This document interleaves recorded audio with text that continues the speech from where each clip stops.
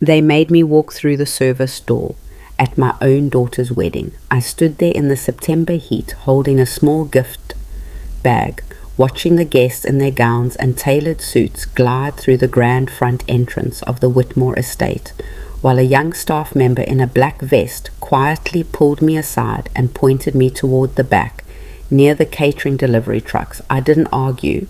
I didn't cry. I just smiled, adjusted my plain cardigan, and walked through that door like they asked, because I had a plan, and it had already begun. If the story speaks to you, hit like, leave a comment with the city you're watching from. I want to see how far this story travels. Now stay with me. Every single minute of what comes next matters. Isad Singh. IT. The morning started ordinary enough. The kind of ordinary that sits wrong in your stomach, like food you know you shouldn't have eaten. I woke up at 5:15. Not because of an alarm. I hadn't needed one in years. My body had long since stopped expecting comfort from sleep. I lay there in my hotel room, a mid-range place about 2 miles from the Whitmore estate, because Lena had gently suggested I might be more comfortable somewhere with less commotion than the main event hotel where the Whitmore family and their guests were staying. I didn't push back. I lay there watching the ceiling fan turn slow circles in the grey morning light. And I thought about the first time I held Lena. She was 6 pounds, 4 ounces. She had a crease on her left cheek from however she'd been pressed against my ribs for the last month of the pregnancy. And she looked at me like I was the only solid thing in a world that hadn't finished forming yet. I thought about that crease for a long time. Then I got up, put on the outfit I had laid out the night before, a cream-colored cardigan, a simple navy dress, low-heeled shoes, and I looked at myself in the mirror for exactly as long as it took to confirm I looked forgettable. That was the point. Mountain. My name is Evelyn Carter. I am 61 years old. I have been a widow for 9 years, a mother for 32, and a businesswoman for longer than either of those things, though very few people know that last part. My husband, Robert, died of a sudden heart attack in the fall 9 years ago. He was a good man with a genuine laugh and a tendency to overcook chicken on the grill. We were not wealthy when he died. We were comfortable, which is a word people use when they mean not struggling, but not safe either. We had a house, a modest savings account, and a hardware distribution business that had been limping along for the last few years of his life. Robert died before he could see a turnaround. I was the one who turned it around. I'm not saying that to congratulate myself. I'm saying it because it matters to the story, because what I built in the years after Robert died, the contracts I negotiated, the supply chain I restructured, the quiet acquisitions I made when the market dipped and nobody was paying attention. None of that is visible on my face or in my clothing or in the way I carry myself. I made sure of that. There are $47 million sitting in accounts and assets with my name on them.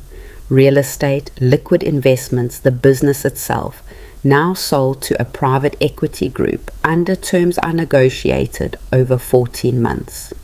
The final payment cleared 11 days before Lena's wedding. $47 million, and I walked through the service entrance. I met the Whitmores for the first time 8 months ago, when Lena brought Davis home for what she called a casual dinner. Nothing about it was casual. Sylvia Whitmore, Davis's mother, arrived in a car I recognized as a vehicle that costs more than most people's homes. She was a tall woman, composed the way marble is composed, beautiful, cold, and designed entirely to impress. Her husband, Gerald, was quieter. The kind of quiet that comes from decades of letting someone else do the talking. He had the eyes of a man who counted everything. They sat in my living room, my real living room, in the modest house I still kept in Clover Ridge, a 40-minute drive from the city. And I watched Sylvia's gaze move across my bookshelves, my furniture, my kitchen visible through the open doorway, and I watched her arrive at a conclusion. She decided in approximately 4 minutes that I was not a concern. I poured the tea myself because I don't have staff at the Clover Ridge house.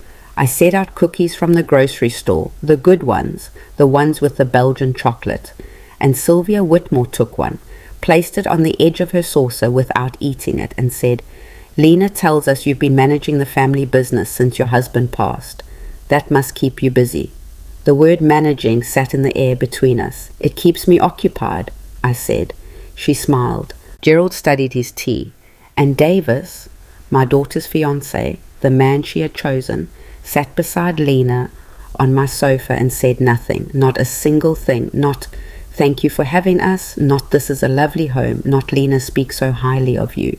He sat with one ankle crossed over his knee and scrolled briefly through his phone before setting it face down on the cushion beside him.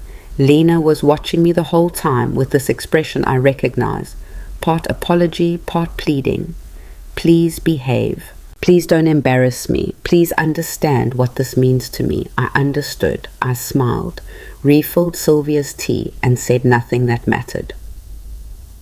Here's what I want you to understand about Lena, because she is not a villain in the story, and I need you to hold on to that. She was a good girl, is a good girl. She grew up without extravagance, but she never went without love, not a single day.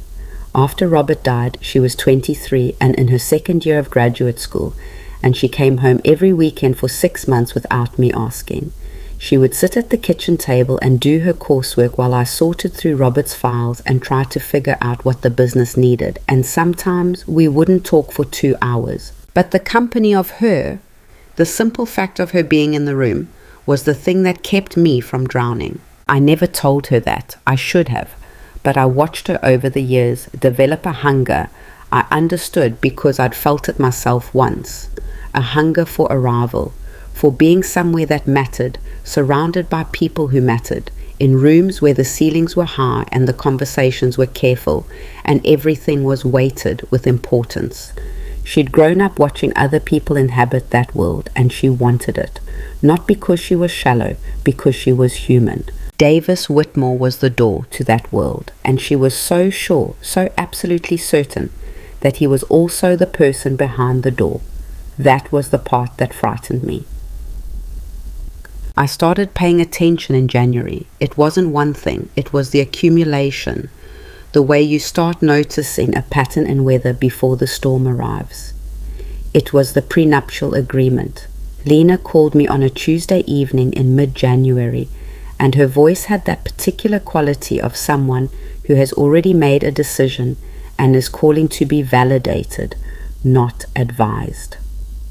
"We're signing the prenup next week," she said. "Davis's family has certain assets that need to be protected. It's standard." "Can I see it?" And I asked. Brief pause. "Mom, it's standard. Their attorney said it's completely normal for families at their level." "At their level?" I repeated. "You know what I mean?" I asked again more quietly. "Can I see it, Lena?" She sent it over the next day. I had my own attorney, a woman named Patricia Garland, who had worked with me for 11 years, and who had seen every variety of financial structure and legal language there was to see. Review it within 48 hours. Patricia called me on a Thursday morning and said, "Evelyn, this agreement protects every Whitmore asset going back 3 generations. It does not protect Lena's assets. It does not establish any joint property rights. There's a clause in Section 4 that I want you to read very carefully." I read Section 4. The clause stated that in the event of divorce, any assets acquired by either party through inheritance or familial transfer during the marriage would be subject to joint claim, unless specifically exempted in a separate addendum. In plain language, if Lena inherited anything from me during the marriage, Davis could make a legal argument for half. I read it 3 times. Then I called Patricia back and said, "Thank you, don't say anything to anyone." "Evelyn, I mean it, Patricia, not yet." "Hello." I didn't tell Lena. I know how that sounds, but here's the thing about watching someone you love walk towards something dangerous. There's a version of warning them that saves them, and there's a version that pushes them straight into it. If I had called Lena that Thursday and said, "This prenup is designed to to eventually access your inheritance, she would have defended Davis. She would have called his attorney and been reassured. She would have told me I was being paranoid, overprotective. Difficult, all the words daughters use for mothers who see things they don't want to see. So I waited, and while I waited, I watched. The wedding was Sylvia Whitmore's production from start to finish. When Lena first got engaged, she called me, breathless and laughing, talking about a small ceremony, maybe 100 guests, somewhere meaningful, something real. That was December. By February, the guest list had grown to 240. The venue had shifted from the botanical garden Lena loved to the Whitmore family estate, a property so large it required directional signage for guests. A wedding coordinator named Margot, one word, a woman who wore exclusively beige and spoke in the precise cadence of someone billing by the hour, had been installed as the primary decision maker. Lena called me less. When she did call, she talked about tablecloth colors and seating arrangements and whether the string quartet should play during the cocktail hour or only during the reception. Her voice had taken on a quality I didn't recognize. Careful, slightly elevated, like she was performing a version of herself that hadn't quite finished rehearsing. I listened, I asked small questions, I said nothing that would alarm her, and I quietly arranged to pay for everything, not directly. Not in a way anyone would trace to me easily. I had Patricia set up a payment structure through a holding company that appeared on paper to be a wedding gift foundation, a vehicle I'd used before for charitable giving, restructured for this purpose. Every invoice that came to Lena carrying a number that made her voice go tight with stress. The catering, the flowers, the photographer, the venue rental fees for the parts the Whitmores didn't cover, got paid. Lena thought a generous anonymous donor connected to a graduate school alumni network had established a wedding gift fund. She cried about it on the phone, called it a miracle. Someone out there just believed in us, she said. I had to set the phone down for a moment. Just a moment. Sent. The week before the wedding, I drove to the Whitmore estate for a walkthrough that Margot had organized for immediate family. I arrived on time. Sylvia and Gerald were already there, along with Davis's younger sister, Brooke, and two family friends who seemed to have no defined role except to agree with everything Sylvia said. Margot greeted everyone at the front entrance, a set of limestone steps flanked by topiaries that cost more per month in maintenance than some people's rent. She smiled at Sylvia, she smiled at Gerald, she smiled at Brooke. She looked at me, checked her clipboard, and said, "And you're Lena's mother, Evelyn?" Evelyn Carter, yes. She made a small mark on her clipboard. Wonderful, we'll get everyone inside. We walked through the main hall, the ballroom, the terrace where the ceremony would be held. Sylvia offered opinions on every surface. Brooke photographed everything on her phone. Gerald occasionally nodded. I walked behind them all and said nothing and memorized everything. At one point, Sylvia stopped beside an arrangement of white peonies and said to Margot, without turning around, "These are lovely, but are we certain they'll hold through the reception? I don't want anything looking tired by the time dinner service ends." Margot reassured her. Sylvia turned slightly and her eyes landed on me, just briefly, just glancingly, and then she turned back to Margot without speaking. Not a word. Not a nod, nothing. Like I hadn't been standing 4 feet away, I felt it. The precise, deliberate quality of being made invisible. Not rudeness, because rudeness would have required acknowledging my presence. This was something more refined. This was erasure. I breathed through it. I had been breathing through it for 8 months. 2 days before the wedding, I overheard a conversation I was not supposed to hear. I had arrived early to the estate for a rehearsal dinner setup that Lena had asked me to attend. I came through the side garden. There was a gate the coordinator had given me the code for, and I was crossing the terrace when I heard voices through the open French doors of what I later determined was Gerald Whitmore's study, Davis's voice and a second voice I didn't immediately recognize. She doesn't know anything about it, I told you that. The second voice lower, and the mother, the widow, Davis. Evelyn, she's nothing. Runs some little supply business her husband left her. She's comfortable, not rich. Lena's the only child, so whatever the old woman has will come to her eventually, and that's covered in the prenup. A pause. Second voice. Davis, eventually is not a financial strategy. Davis. Lena's 29, the mother's what, 60? She's not going to be around forever. And in the meantime, Lena's the one I'm marrying. She's smart, she's connected enough through the graduate program, and she'll adapt. She already is. Brief silence. Then Davis, quieter. My family needs this to work. You know what the Hargrove situation cost us. I'm not asking for much, I'm asking for time. I stood on the terrace in the September morning light, with my hand flat against the stone railing, and I did not move for what felt like a very long time. She's not going to be around forever. I thought about the prenup clause, the carefully positioned language about inherited assets, the way Davis sat on my sofa 8 months ago and didn't say a single thing. He hadn't been rude to me because he didn't care about me. He'd been indifferent because he had already accounted for me. I was a variable in his equation, a sum with a timeline. And my daughter who had sat at my kitchen table during the worst year of my life, who still called me every Sunday even when the calls got shorter and more careful. She was marrying this man in 48 hours. I unclenched my hand from the railing. I walked back through the garden gate. I sat in my car in the drive for 11 minutes. Then I called Patricia Garland.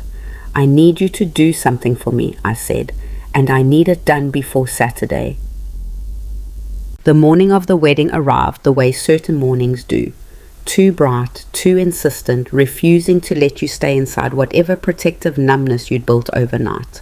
I dressed carefully, the navy dress, the cream cardigan, low heels, my hair the way I'd worn it for years.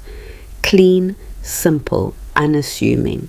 I wore Robert's watch on my left wrist, a small thing, a gift from his parents on their anniversary, not expensive, just his. I wore it when I needed to remember that I had been loved by someone who saw exactly who I was and chose me anyway. I drove to the Whitmore estate. I pulled into the long drive and was immediately directed by a young man in a black vest to a parking area behind the gardening shed, not the main lot, the staff lot. I parked. I walked toward the main entrance. The same young man appeared, slightly out of breath, apologetic, clearly following instructions from someone who hadn't told him to be kind about it. Mrs. Carter, I'm so sorry. They've asked that the family entrance for today is actually around the back, through the service corridor. They just want to keep the front clear for He couldn't finish the sentence. He was maybe 22. He wasn't the problem. Of course, I said. Lead the way. He walked me through the side of the estate, past the catering trucks and the floral delivery van, through a door that opened into a narrow hallway that smelled like floor cleaner and warm food. He deposited me in a small side room with 4 folding chairs and a table with a coffee urn on it, told me someone would come get me when it was time, and then disappeared with profound relief. I sat down in one of the folding chairs. I poured myself a cup of coffee. I looked at Robert's watch, and I thought, 8 months I have waited. I have watched and listened and said nothing. I have walked through service doors and sat in the back and let them make me small. Today is the last day of that. A woman named Helen, one of the event staff coordinators, came to collect me 40 minutes later and walk me to a seat in the 4th row of the ceremony chairs on the far left side, partially behind a large floral arrangement that blocked my sightline to the aisle. I sat down. Around me, 240 guests settled into their seats. The Whitmore family and their close circle occupied the first 2 rows on both sides, a wall of tailored linen and designer sunglasses. The ceremony terrace looked extraordinary in the September light. I'll give Margot and her team that. The peonies were perfect. The string quartet played something understated and beautiful, and then Lena appeared at the top of the terrace steps. She was, I need to stop for a moment here because there is no other way to say this, she was breathtaking. The dress was simple, which she had fought for, and she'd won that much at least. Her hair was up, with small pieces loose around her face, the way she'd always worn it when she was happy. She carried white flowers, and she was smiling in the smile I knew, her real one, the one that went all the way to the outside corners of her eyes. She was so happy, and she had no idea. She walked down the aisle on her own. We had discussed it, and she'd decided, and I had told her I thought it was brave, and I meant it. And when she passed my row, partially obscured by the arrangement, she turned her head and found me for 1 second, just one. She looked at me with something I can only describe as relief. Like I was the ground under her feet. Like even in this moment she'd been remade for, she needed to confirm that I was still there. I smiled. I pressed my hand briefly to my chest. She turned back to the aisle and walked toward Davis Whitmore, who was waiting at the altar with his hands clasped, and an expression I could now read with perfect clarity. He was not looking at Lena. He was looking at what Lena represented. The ceremony lasted 45 minutes. I sat behind my flower arrangement and I listened to my daughter make promises to a man who had already promised himself to a plan that had nothing to do with loving her. I heard the vows. I heard the rings exchanged. I heard the guests applaud. I did not applaud. I sat very still, with my hands in my lap and Robert's watch on my wrist, and I thought, not yet, not yet, wait for the moment. Because there's a kind of justice that only works in the right room, at the right time, with the right audience. I had been building toward that room for 8 months. I just had to get through the cocktail hour first. The cocktail hour was held on the lower terrace, and I managed to find a spot near the edge, close enough to watch and far enough to be effectively ignored, which was, by this point, something I had become very good at navigating.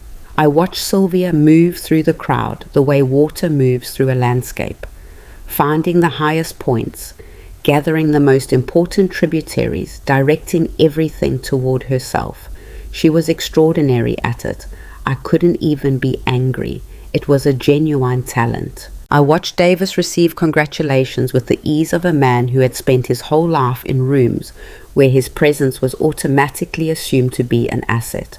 I watched Lena, my daughter, his wife, the girl who used to fall asleep on the couch, watching nature documentaries and wake up having memorized the migration patterns of monarch butterflies, circulate through the crowd in her beautiful dress, laughing, touching arms, performing the version of herself this world required. And I watched from across the terrace as Sylvia Whitmore pulled Lena aside, placed both her hands on Lena's face in a gesture that looked like affection from a distance, and said something that made Lena's smile flicker, just slightly, just for a second, before reconstituting itself. I would find out later what Sylvia had said. You're a Whitmore now. Everything from before is background. Untang. The reception moved indoors at 6 o'clock. I was seated at table 11. There were 12 tables. I ate my dinner. I watched the room. I checked the time. I had made arrangements with the event's AV technician, a young man named Jared, who had been hired through an outside company and had no particular loyalty to the Whitmores 3 days earlier. He hadn't asked many questions. I had answered the ones he did ask. We had an understanding. At 7:40, the formal toasts were scheduled to begin. Sylvia was to go first, then Gerald, then Davis's best man, a person named Fletcher who had the energy of someone who peaked in college and knew it, then Lena's maid of honor, her college friend Maya. There was no slot on the program for the mother of the bride. I had checked. I had asked quietly 2 weeks ago, and Margot had told me with her practiced, apologetic smile that the program was quite full, and that perhaps I might want to share something personal with Lena privately, which could be even more meaningful. I had nodded and said, of course, you're probably right. I had then called Jared. At 7:38, 2 minutes before the toast was set to begin, I stood up from table 11, set my napkin beside my plate, and walked toward the front of the room. I was wearing the same navy dress, the same cream cardigan, the same low heels. I had added nothing, changed nothing, made no dramatic gesture of appearance. I walked past table 10, past table 8, past the couples and families and friends of the Whitmore universe, all of them mid-conversation, mid-sip, mid-laughter. No one looked at me. I was, as I had been all day, invisible. And then I stepped onto the small platform at the front of the room, and Jared handed me the microphone. And the room's PA system came alive with a low hum that pulled attention the way attention is always pulled by the presence of a voice about to speak. The room quieted. 240 people looked up. I found Lena's face across the room, her eyes gone wide, confused, not yet alarmed, and then I looked at Sylvia Whitmore, whose expression had sharpened into something that was trying very hard to look like patience. I adjusted the microphone, and I began to speak. "I'll be brief, so," I said. "I know the program doesn't include me." A small, polite laugh from parts of the room, people assuming this was charming spontaneity. "My name is Evelyn Carter. I'm Lena's mother, and I've been very quiet today, as I've been asked to be in various ways for most of the time I've known this family." The polite energy in the room shifted, became something attentive, uncertain. I sat behind a flower arrangement at the ceremony. I was walked in through the service entrance this morning. I ate dinner at table 11, which was a lovely table. Excellent centerpiece. Silence now. Real silence. I want to say something true tonight. Not rehearsed, not comfortable, but true. Because I think my daughter deserves that from me, even if it comes at an inconvenient moment. I looked at Lena. She had gone very still. "Lena, you are the best thing I ever did, the best decision, the best investment, the best risk I ever took. And I have taken some significant risks in my life." I reached into the small pocket of my cardigan, a detail Jared had helped me plan for, threading a small connector wire, and the screen behind me, the same screen that had been displaying wedding photographs all evening, came alive with a single document, a financial summary, my name at the top, numbers down the page. The room became a different kind of silent. I've been running what some people in this room chose to call a little supply business. I want to correct that record. What I have built over the last 9 years has a current valuation of $47 million. I made the final transaction 11 days ago. I heard it, the sound of a room recalibrating, chairs adjusting, glasses set down, someone's sharp exhale very near the front. I also want to note, I continued, my voice steady, that I paid for this wedding. Not a mysterious alumni fund, not a generous stranger, me. Every invoice that made my daughter's voice go tight with stress. The flowers, the catering, the photographers, I paid it because I could, and because she deserved beautiful things, and I was not going to let her start her marriage afraid. Lena's hands were flat on the table in front of her. Her maid of honor, Maya, had reached over and taken one of them. Davis had not moved. Now, I looked at him directly for the first time. "Davis." He met my eyes. His expression was very controlled. A man trained to stay composed in difficult rooms. "I'm going to tell these people what I heard you say on Thursday morning. Not because I want to embarrass you, but because my daughter is sitting in this room believing she married someone who chose her, and she has a right to know the truth before this evening is over." The room held its breath. I had waited 8 months. I was not going to rush the next 60 seconds. The room was so quiet I could hear the candles. Not the flames. Candles don't make noise, but the heat of them, the faint shimmer of 200 flames burning in crystal holders across 12 tables, created a kind of atmospheric pressure that I felt against my skin as I stood on that platform with the microphone in my hand and 240 people waiting for me to finish a sentence I had spent 8 months constructing. I looked at Davis Whitmore. He looked back at me with the expression of a man who had been in difficult rooms before and had always found a way out. His jaw was set, His hands, I noticed, were flat on the tablecloth. The same posture as Lena's, which struck me as a strange mirror of a thing. Husband and wife, both braced, both waiting. The difference was that Lena was bracing for something she didn't understand yet. Davis knew exactly what was coming. I could see it in his eyes, that specific quality of a person running calculations. Not panic, calculation. He was already 3 moves ahead, already assembling the version of this he would offer the room afterward. I had seen that look before, in boardrooms, in negotiations that went sideways, in conversations where the other party realized I knew more than they'd assumed. The look never worked on me. Thursday morning, I said, adjusting my posture slightly, keeping my voice even. I arrived at the estate early, the side garden gate. The coordinator had given me the code. I was crossing the terrace when I heard a conversation through the study doors. I did not look away from Davis. You were speaking with someone, I don't know who. I didn't recognize the second voice, but I heard yours clearly. Sylvia Whitmore made a sound, not quite a word, more the beginning of one, an intake that was also a warning. Gerald put his hand on her arm. You said, and here I paused, not for drama, but because I needed the words to land with the precision they deserved. That Lena's mother was nothing, that she ran some little business her husband left her, and that she wasn't going to be around forever. I let that last phrase sit, and that whatever she had would come to Lena eventually, and that this was covered in the prenup. The silence cracked, not loudly and not a gasp, not a shout. It was the sound of 200 people simultaneously recalibrating what they were witnessing. Chairs shifted. Somebody's fork connected with a plate edge. From the left side of the room, I heard a woman whisper something in a sharp, compressed syllable that carried the weight of "oh my God" without the words. Lena had not moved.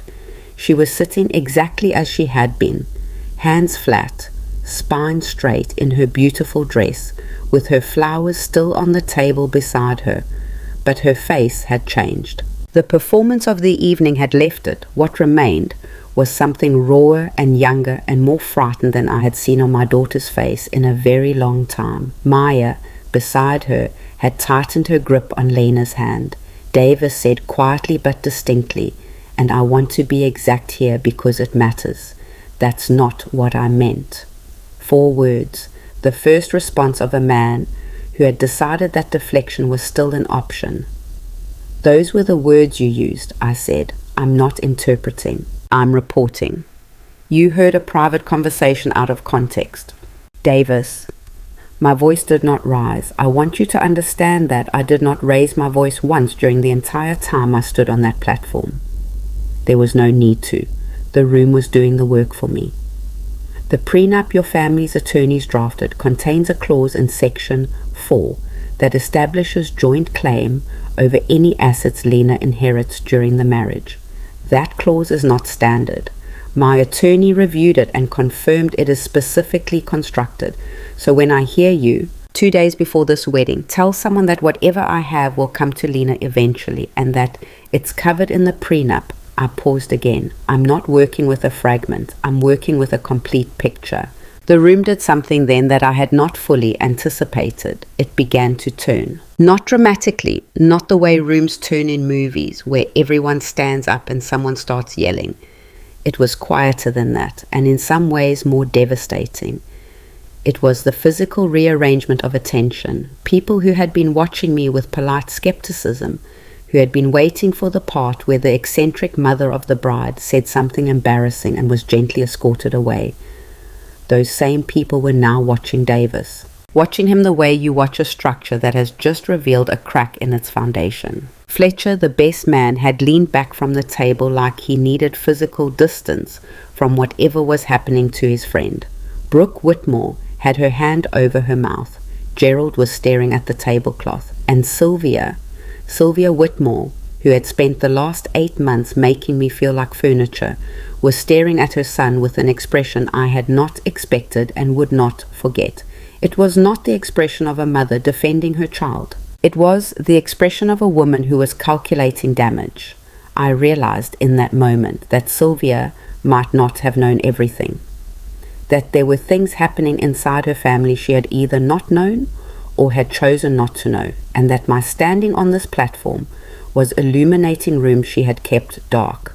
That was not something I had factored in. But I didn't stop.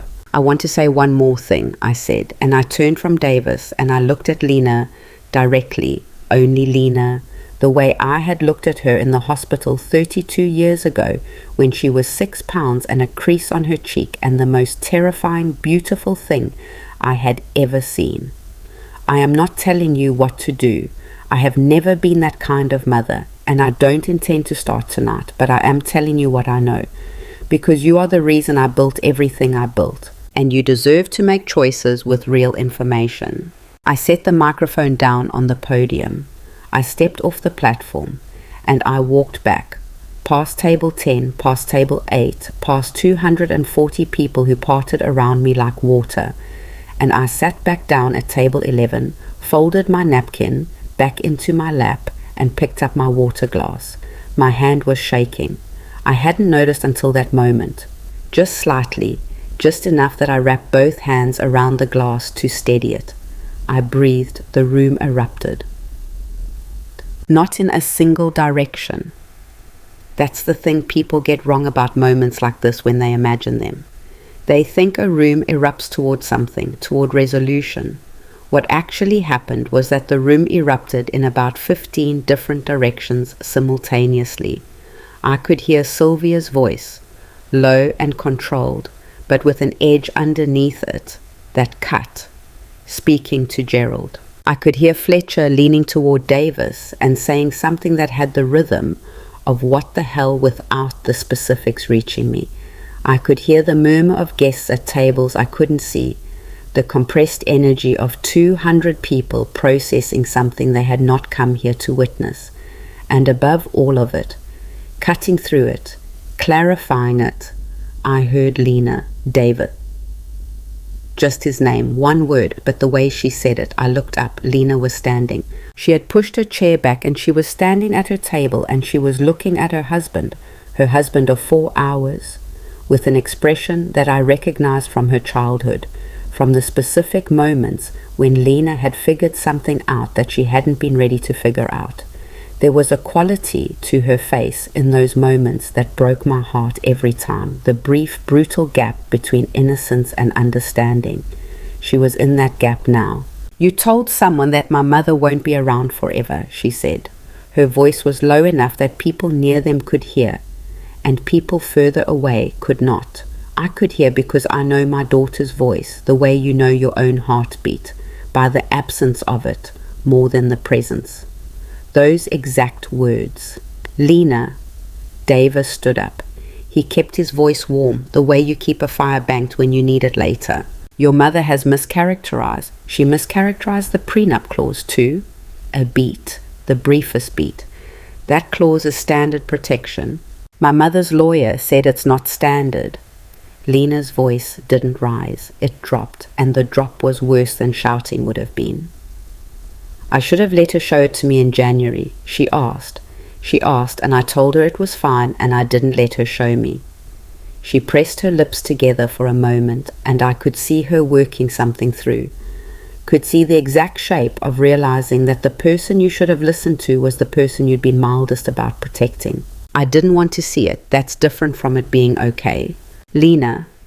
Davis stepped around the table toward her, and there was something in the movement, smooth, practiced, the instinct of a man who handled situations by closing physical distance, that made something in me tighten. "You're upset. This is not how we should. Don't tell me how I should be right now." The words came out even and quiet, and with the force of something that had been waiting a long time to be said. "You had a conversation 2 days ago where you described my mother as nothing, and discussed what she'd leave me when she died, and mentioned that it was covered in the prenup. Those 3 things together, Davis, that's not a misunderstanding. That's a plan." I watched the room watch them. What happened next was, and I say this with no satisfaction, only the tired clarity of having been right about something you desperately wished you were wrong about. Davis made a mistake. He reached for her hand, not gently, not uncertainly. He reached for it with the ease of a man accustomed to being forgiven, the ease of someone who had smoothed over 100 smaller moments with that gesture and expected it to work again now, in front of 240 people on the worst night of his life. Lena stepped back, one step, clean, deliberate, and in the 3 inches of space that opened between his outstretched hand and her arm, I saw the shift happen. I saw the moment Lena Carter stopped being someone trying to hold a shape she'd been given and became again entirely herself. "I need a minute," she said to Davis, to the room, to no one in particular. She picked up her flowers from the table. I don't know why. I think it was automatic, the gesture of someone gathering the nearest object, because the hands need something to do, and she walked out of the reception hall through the side door. Maya was on her feet within 3 seconds and followed her. The room held. Then Sylvia Whitmore stood up and everything changed shape again. I expected her to go after Lena or after Davis. Instead, she turned and looked across the room at me, and what I saw in her face was not what I'd expected to find there. I had expected fury. I had prepared for fury. What I found was something closer to exhaustion. She crossed the room, not quickly. There was nothing frantic in Sylvia Whitmore, even now. She moved through the gap between tables with her spine straight and her chin up, and she stopped 2 feet from my table and looked down at me. And I looked back up at her, and neither of us said anything for a moment that lasted exactly as long as it needed to. "You should have come to me," she said finally. Her voice was different than I'd heard it before, lower, without the performance. "If you had evidence, and what would you have done?" I asked, genuinely. No sharpness in it, just the actual question. She opened her mouth, closed it. "Would you have believed me?" I pressed. "Or would you have told me I'd misunderstood, and called your attorney and reassured Lena and made sure I looked like a difficult woman trying to ruin her daughter's happiness?" Sylvia's jaw moved. "I've been made to feel invisible in every room your family occupied," I said. Not rudely. You're too careful for rude. But effectively, you looked through me for 8 months, Sylvia. You decided what I was the moment you walked into my living room and saw my furniture. I kept my voice level. If I had come to you quietly, I would have been quietly removed. This was the only room where the truth could survive long enough to reach my daughter. Something moved across Sylvia's face, a complicated landscape of feelings she was not accustomed to having in public. I watched her find the edge of something honest, teeter on it, and then, very slowly, step back from it. "This will follow us," she said, "all of us, what you've done here tonight. It will follow the truth," and I said, "The rest of us can work with that." She looked at me for another long moment. Then she turned and went to find her son. I sat at table 11. I poured myself a glass of water. My hand had stopped shaking. Maya found me 20 minutes later. She came through the side door with the concentrated energy of a person who has been holding someone else together and needs 30 seconds of not doing that. She was 29, Lena's age, with a close-cropped haircut and the kind of directness I had always liked about her. "She wants to talk to you, Tom," Maya said. "She's in the garden, the east side near the hedge." I put down my glass. I stood up. "How is she?" I asked. Maya considered this with the honesty it deserved. "She's not falling apart. I want to be clear. She's not falling apart. She's really angry, and she's sad, and she keeps saying she should have listened to you in January, which is..." Maya pressed her lips together briefly. "Yeah." I nodded. "Mrs. Carter." Maya put her hand briefly on my arm. Just briefly. The way people do when they've decided that words are insufficient. "She loves you. She had to become someone different for a while to fit in that world. And she knew it on some level, and she told herself it was worth it. And..." She stopped. "I'm going to stop before I say something that should come from her. Thank you, Maya." I walked to the east garden. Sorry, Lena was standing near the hedgerow in her wedding dress with her flowers still in her hands, looking up at the sky. The September night was clear, genuinely clear, the kind that doesn't happen often, where the stars are actual visible pinpoints rather than a suggestion. I stopped a few feet away from her. She didn't turn around. She knew it was me. "I should have shown you the prenup," she said. "Yes," I said, "you should have." She turned then, and her face, still beautiful, still her face, but with the wedding day precision gone from it, the mascara slightly compromised, the careful composure replaced by something lived in and real. Her face was the most honest thing I'd seen all day. "I was afraid of what you'd find," she said. "That's the actual truth. I was afraid you'd find something wrong and I'd have to choose, and I wasn't ready to choose." Her voice cracked slightly on the last word and she breathed through it. "I thought if I just committed, if I just went all the way in, it would become real. He would become the person I needed him to be." I said nothing. "That's terrible, right?" She laughed, and a small waterlogged sound. "That's a terrible reason to marry someone." "It's a very human reason," I said. "He talked about you like you were an account, something to be settled eventually." She pressed her fingers to her mouth for a second. "I want to tell you that I didn't know. I genuinely didn't know. But I knew something was wrong. I knew, and I looked away every time, and I told myself it was nerves, it was family pressure, it was normal for wealthy families to be careful about money." She looked at me. I wanted to belong somewhere so badly that I was willing to be careful about what I saw. The longing in that sentence, "I wanted to belong somewhere," hit me somewhere deep and complicated because I understood it. Not from the same angle as she did, but I understood the wanting. After Robert died, I had felt unmoored in a way I had never fully described to her, and building the business had been, among other things, an act of constructing my own ground to stand on. Lena had been trying to stand on someone else's ground. I understood why. I wished I had found a way to offer her better ground sooner. But I also needed to say the thing I had come out here to say. "I need to tell you something about the last 8 months," I said, "and it's not comfortable." She waited. "I knew things I didn't tell you. The prenup clause, the conversation I overheard. I had Patricia look at their financial records. They're not public knowledge, but when you know what to look for, and you have the right contacts, you can find the shape of things. The Whitmore family has a significant liquidity problem. Whatever their assets look like on paper, Davis's branch of the family is stretched. The Hargrove situation he mentioned, wait, that was a business deal that went badly about 2 years ago. They've been managing appearances since." Lena was very still. "He needed a strategic marriage," I said, "and he chose well in his terms. A smart woman, connected in academic circles, presentable, and with a mother who appeared to have some modest future inheritance worth positioning for. He didn't know what I had. He only knew I existed, and that eventually I wouldn't." The brutality of that landed on her face, and I let it land.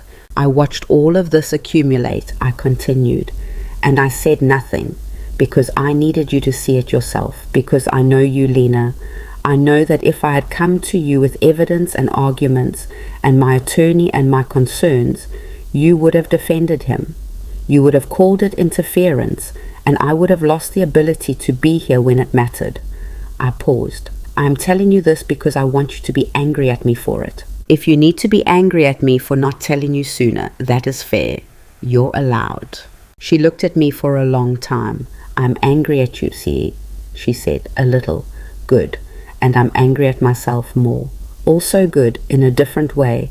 She laughed again, less waterlogged this time, more like herself. She looked down at the flowers in her hands, and something crossed her face that I couldn't quite name. Grief, maybe, or the particular sadness of letting go of a version of the future you'd already furnished in your mind. "Mom," she said, "did you really pay for all of it?" "Every invoice. And you let me think it was some alumni fund.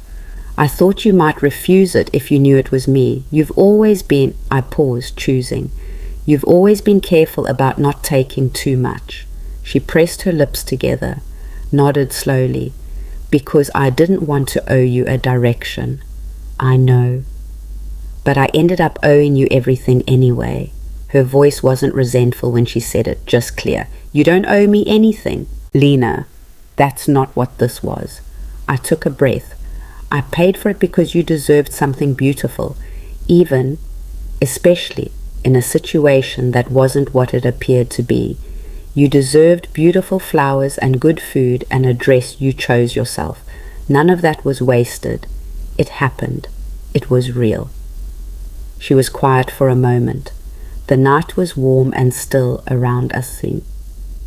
He's going to say I'm overreacting, she said. When I go back in, he's going to say you blindsided everyone with incomplete information and that he can explain the prenup clause and that the conversation I didn't hear was taken out of context. Probably, I said, and some part of me is going to want to believe him. I know, because it's easier. She said it without self-pity, which was somehow harder to hear than if she'd said it with it. It's so much easier to believe the story you've already started living.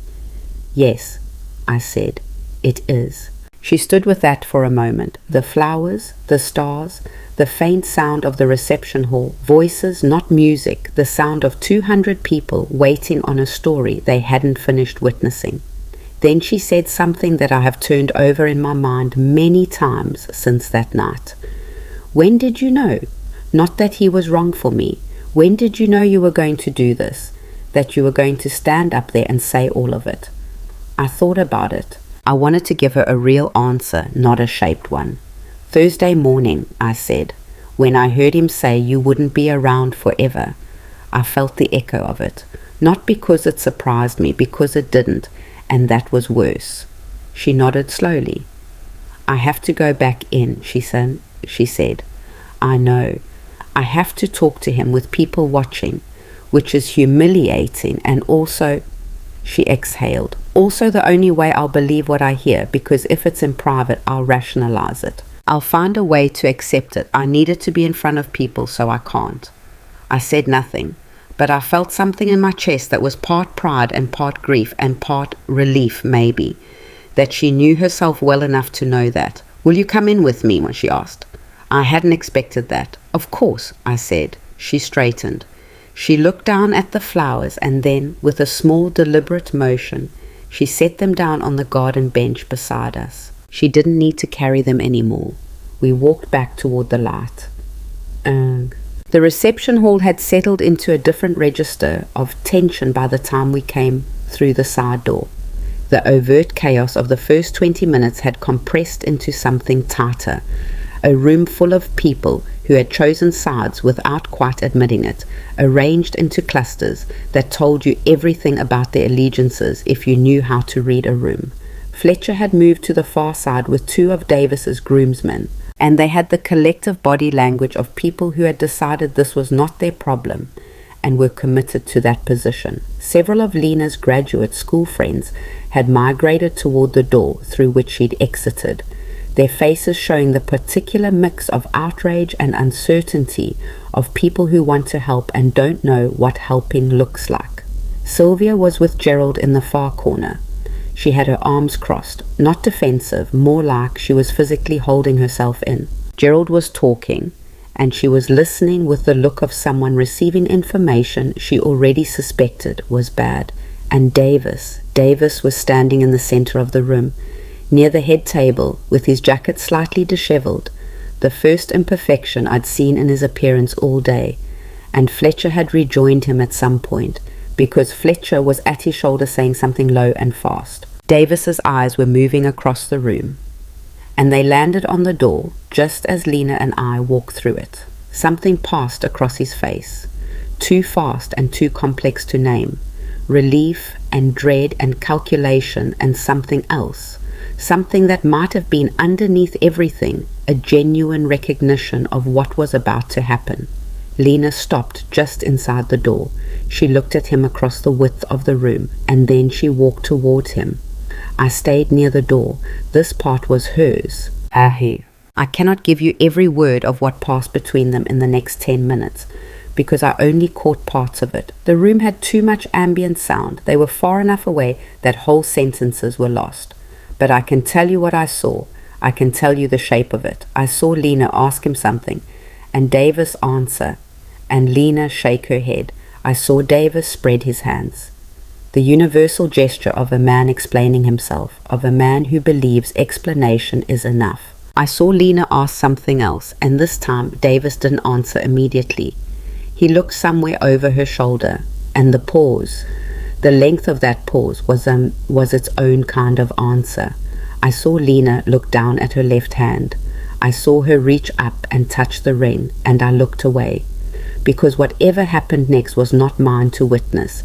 I had done what I came to do. The rest belonged entirely to my daughter. I heard the room go quiet again. Then I heard Maya's voice, clear, carrying, saying, "Lena, hey, I'm right here." And I heard very quietly the sound of my daughter beginning to cry, not falling apart crying, not desperate crying, the other kind, the kind that comes when you've held something together by force for so long that the moment you feel safe enough to let go, your body does it for you, whether you're ready or not. The kind of crying that means something is finally over. I pressed my hand flat against the wall beside me, and I kept my face turned away, and I felt in my own chest the particular ache of a mother who cannot take pain away from her child, can only stand near enough to catch her if she falls. The room stayed quiet. Outside, through the tall windows, September continued being September, indifferent to ceremonies and revelations and the beautiful, terrible process of one person finally choosing themselves. I kept my hand against the wall, I breathed, and I waited for my daughter to come back to herself. She came back to herself slowly. That's the honest way to say it. There's a version of the story where Lena stood up straight, squared her shoulders, and walked out of that reception hall with the clean certainty of someone who had made a decision and was at peace with it. That version is satisfying. It's also false. What actually happened was that Maya held her for a long time near the side wall while the room watched, with the uncomfortable stillness of people witnessing something too private for public space. And Lena cried the way people cry when they've been holding it back for months, not elegantly, not briefly. And when she finally lifted her head and wiped her face with the back of her wrist, leaving a faint streak of mascara along her cheekbone that nobody pointed out, she looked exhausted and young and more like herself than she had all day. Davis had not moved. He was still standing near the head table, and Fletcher had drifted away again, and Davis stood alone in the center of the room, with the expression of a man who understood that the ground had shifted, but hadn't yet accepted that he was the one who'd caused the earthquake. Lena walked toward him. I stayed near the door. She stopped 3 feet away, close enough for the conversation to be private, not close enough to be touched, and she said something I couldn't hear. He answered. She shook her head. He spoke again, and this time I caught the cadence, if not the words, the rising explanatory rhythm of someone making a case, offering context, reframing. Lena listened. I watched her listen. I watched her face move through the specific landscape of a person hearing an explanation they want to believe, running it against everything they know, measuring the gap between the two. The gap was too wide. I could see the moment she found it. It wasn't dramatic. No sharp inhale, no visible recoil. It was smaller than that. Her chin dropped just slightly. Her eyes refocused somewhere past his shoulder for a half second. And then she looked back at him with an expression that had closed something off. "Davis," she said, and I heard this clearly because the room was holding its breath so hard you could feel it. "I need you to answer me honestly. Just once. Not the version that sounds best, just honest." He said nothing, which was its own kind of answer. "Did you know about the prenup clause before we got engaged? Or after?" The pause that followed lasted 4 seconds. I counted them without meaning to. The attorney structured it. "That's not what I asked." Another pause, shorter. "I knew about it," he said. And the smallness of his voice when he said it, the way it contracted, the way it became the voice of someone who had run out of room.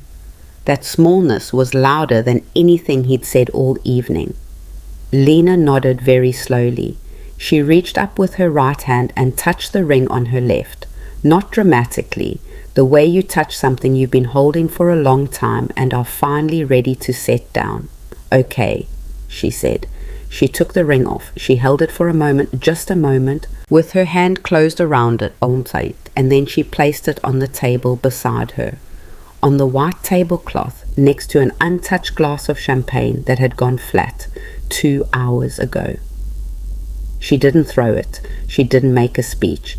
She set it down the way you set down a key to a house you've decided not to enter.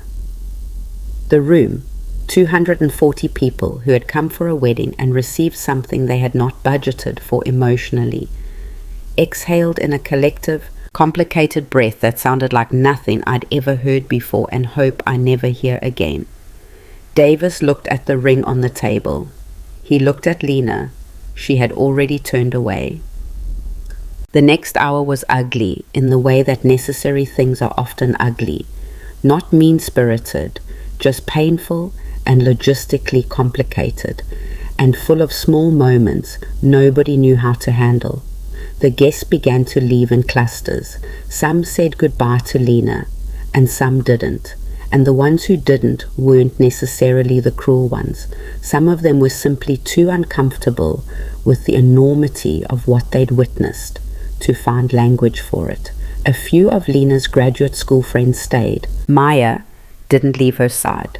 Margot appeared somewhere around the 40-minute mark and stood near the entrance looking at her clipboard with the expression of someone recalculating a situation so far outside their professional scope that no training had prepared them for it. I felt a brief involuntary sympathy for her. Sylvia Whitmore left without speaking to Lena.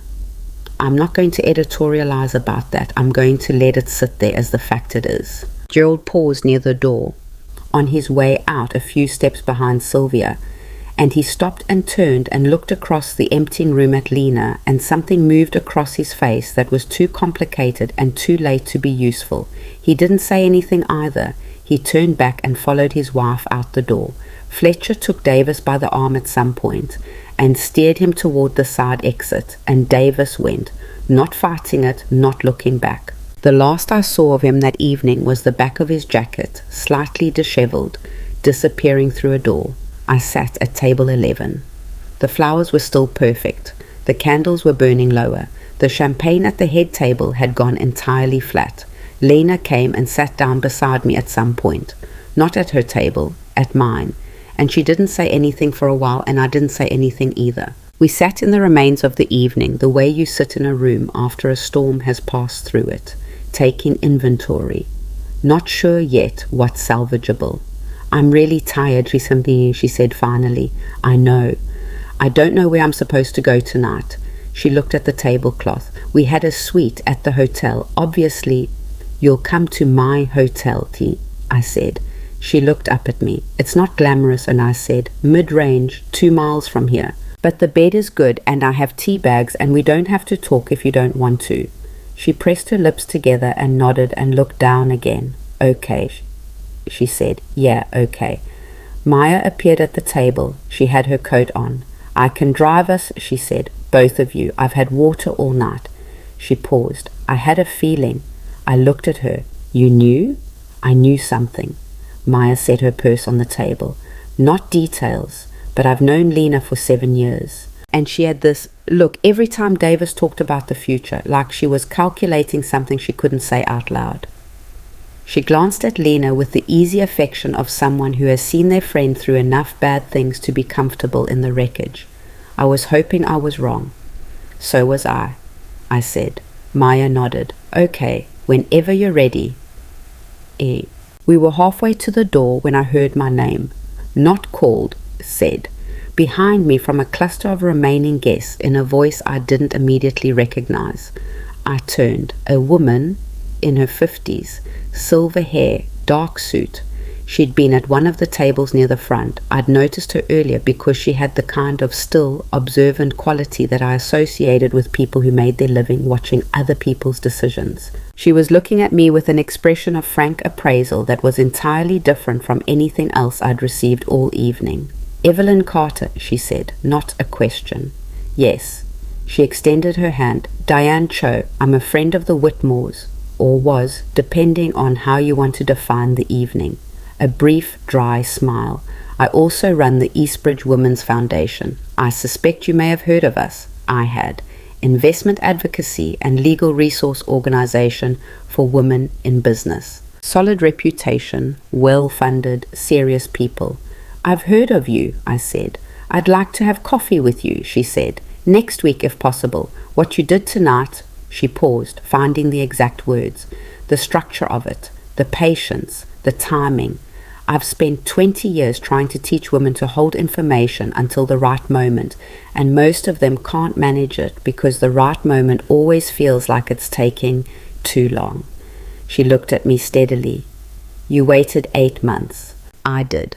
That kind of discipline doesn't come from nowhere. She opened her clutch and handed me a card. "Next week. My schedule's flexible." I took the card. She gave Lena a brief, warm look. Not pitying, not dramatic, just human. "You'll be all right," she said to her. Matter of fact, like stating weather. Then she left. I held the card for a moment, put it in my cardigan pocket, kept walking. The hotel room was exactly as unglamorous as I'd promised. 2 full beds, beige walls, a television neither of us turned on, a small desk with a coffee maker and the tea bags I'd mentioned. The window faced the parking structure. It was, in every measurable sense, not the room you'd planned to spend the night after your daughter's wedding. Lena sat on the edge of the second bed, still in her dress. She hadn't thought to bring anything else, and neither had I thought to arrange for it, which was a failure of foresight I filed away. And she looked at her hands in her lap for a long time. I made the tea. Bad tea, the kind that comes in individual foil packets and tastes vaguely of cardboard and distant memories of real tea. I handed her a cup anyway. She wrapped both hands around it. "Tell me about the business," and she said. I looked at her. "What part?" "All of it." She looked up. Her mascara had dried into the faint tracks on her cheek. She hadn't wiped them. "I want to understand what you built, how you built it. I want to..." She stopped, tried again. "I've been trying for 8 months to belong to something that wasn't mine. I want to hear about something that actually is." So I told her. I started with the year Robert died and the state of the business at that point. The debts I hadn't known about, the contracts that were underperforming, the 2 employees who'd been covering for the fact that the core supplier relationship had been quietly deteriorating for 18 months. I told her about the night I sat at the kitchen table with the financial documents spread out in front of me and understood for the first time that Robert hadn't told me the extent of it. Not because he wanted to hide it, but because he believed, right up until the end, that he was about to fix it. "He was going to fix it," Lena said. "He was trying to," I said. "He just ran out of time." I wrapped my hands around my own terrible cup of tea. I was so angry at him for a while, for not telling me, for leaving me with something I hadn't been prepared for. I paused, and then I stopped being angry, because being angry at someone who isn't there anymore is... I searched for it. It's like arguing with furniture. It doesn't go anywhere. Lena almost smiled. "So I learned," I said. "That's the whole story, really. I didn't have a plan. I didn't have a strategy. I just learned. I called the suppliers myself. I drove to 3 different facilities in 2 different states in a single week because I needed to understand the physical infrastructure, not just the paperwork. I sat in rooms where I was the oldest person and the only woman, and I didn't say anything about either of those facts, and I asked questions until I understood things well enough to make decisions. "And the acquisitions?" "Later," I said, "years later. When I'd stabilized the core business enough that I had surplus to work with and I'd learned what to look for in a market dip. I looked at my tea. I made mistakes too. There was a commercial real estate deal in 2019 that I was convinced was an opportunity and turned out to be a sinkhole. I lost $400,000 on it before I cut my losses. I paused. That was a bad few months. You never told me that. No. Why not? I thought about it because I didn't want you to worry and because I stopped. Because I'd spent a lot of your life trying to look like I had it under control after your father died. And once you build that image for your child, it's hard to let it be complicated. I looked at her. That was a mistake too. Lena held her cup and looked at the wall. I spent a long time thinking you were fine, she said carefully. Like after Dad, I knew you were sad. But you were so competent, so busy. I didn't know you were rebuilding something from this damaged place. She looked at me. I would have stayed more if I'd known. You stayed enough, I said. You should have let me stay more. We were quiet for a moment. Outside, a car pulled through the parking structure, its headlights sweeping briefly across the ceiling of our room. We made each other very managed, Lena said finally. Is that the word? We were so careful with each other. Neither of us wanted to be a burden. She looked at her hands. And then I went and found someone who was only there for what he could get. And the irony is, her voice caught slightly, and she worked through it. The irony is that I thought he was straightforward. I thought the transaction was obvious. Rich family, struggling a little, wants a connection. I thought I understood the terms. I thought I was choosing it with my eyes open. What changed? I asked. She looked at me. I fell in love with him, or what I thought was him. She said it plainly without drama. That's the thing I didn't account for. I thought it was a practical arrangement that had become something real. And then I found out the practical arrangement was always the point for him. The real part was only on my side. She closed her eyes briefly. That's the part that's going to take a while. I didn't argue with that. It was true and she knew it was true, and sometimes the most loving thing you can do is let truth be exactly as heavy as it is. What did Sylvia say to you during the cocktail hour? I asked. When she pulled you aside. Lena's expression shifted. How did you see that? I was watching. She was quiet for a moment. She said, You're a Whitmore now. Everything from before is background. She said it in a flat, even voice. The voice of someone quoting a thing they have memorized without meaning to. I laughed. I thought it was a weird way of being welcoming. She looked at me. She meant it literally. I know, Amma, I said. She meant that you were background, that my whole life before Davis was context, not important. Lena set her teacup down on the nightstand. And the terrible thing is, I almost let that happen. I was almost becoming someone who thought that way. Almost, I said. Almost.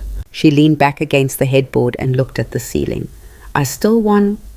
She stopped, started again. I still want what I wanted, the thing I was trying to get, the sense of arriving somewhere, being in a world that has weight and structure and, I don't know, permanence. She paused. That want isn't wrong, is it? Wanting to build something that lasts. No, I said, it's not wrong. It's only wrong when you let someone else's structure substitute for your own. She looked at the ceiling. I thought about Diane Cho's card in my pocket. There's something I want to tell you about, I said. The conversation about Diane and the foundation and the idea that had been forming in my mind, slowly since before the wedding, since those January months when I'd started sitting with what I knew and trying to figure out what to do with it, that conversation lasted until past 2 in the morning. Not because I had it all worked out. I didn't. The idea was loose and early and more instinct than plan. But Lena listened the way she used to listen when she was 12, and I would explain something complicated, fully, with her whole body oriented toward the words, asking questions that moved the thinking forward rather than testing it. I had missed her like this. The engaged, sharp version of her, the version that hadn't been filtering herself through what the room required. What you're describing, she said at one point, sitting cross-legged on the bed with the terrible tea long gone cold, is basically financial and legal education for women who are going into marriages with wealth imbalances, or inheritances, or both. In plain language, yeah, I said, prenup literacy, Asset protection, understanding what you're signing before you're standing in a lawyer's office in a relationship you don't want to risk by asking too many questions. Because asking questions feels like not trusting the person you love. Exactly. But not asking questions means you could end up with a clause in Section 4 that hands over your inheritance. She said it with the grim, intimate knowledge of someone who had learned this lesson at retail price. Exactly, I said again. She was quiet for a moment. Mom, could I be involved in that, in whatever you build? I looked at her. Not as a charity project, she said quickly. Not because I need something to do or because you feel bad about tonight. I mean, I have a research background. I know how to write, how to structure information, how to make complicated things accessible. And I have a very recent and extremely personal understanding of why this particular gap exists. She met my eyes steadily. I'm not asking you to carry me. I'm asking if there's actual work I can contribute. I held that for a moment. Yes, I said. You didn't hesitate. No, I said. I've been thinking about who I'd want beside me in this since January. She blinked.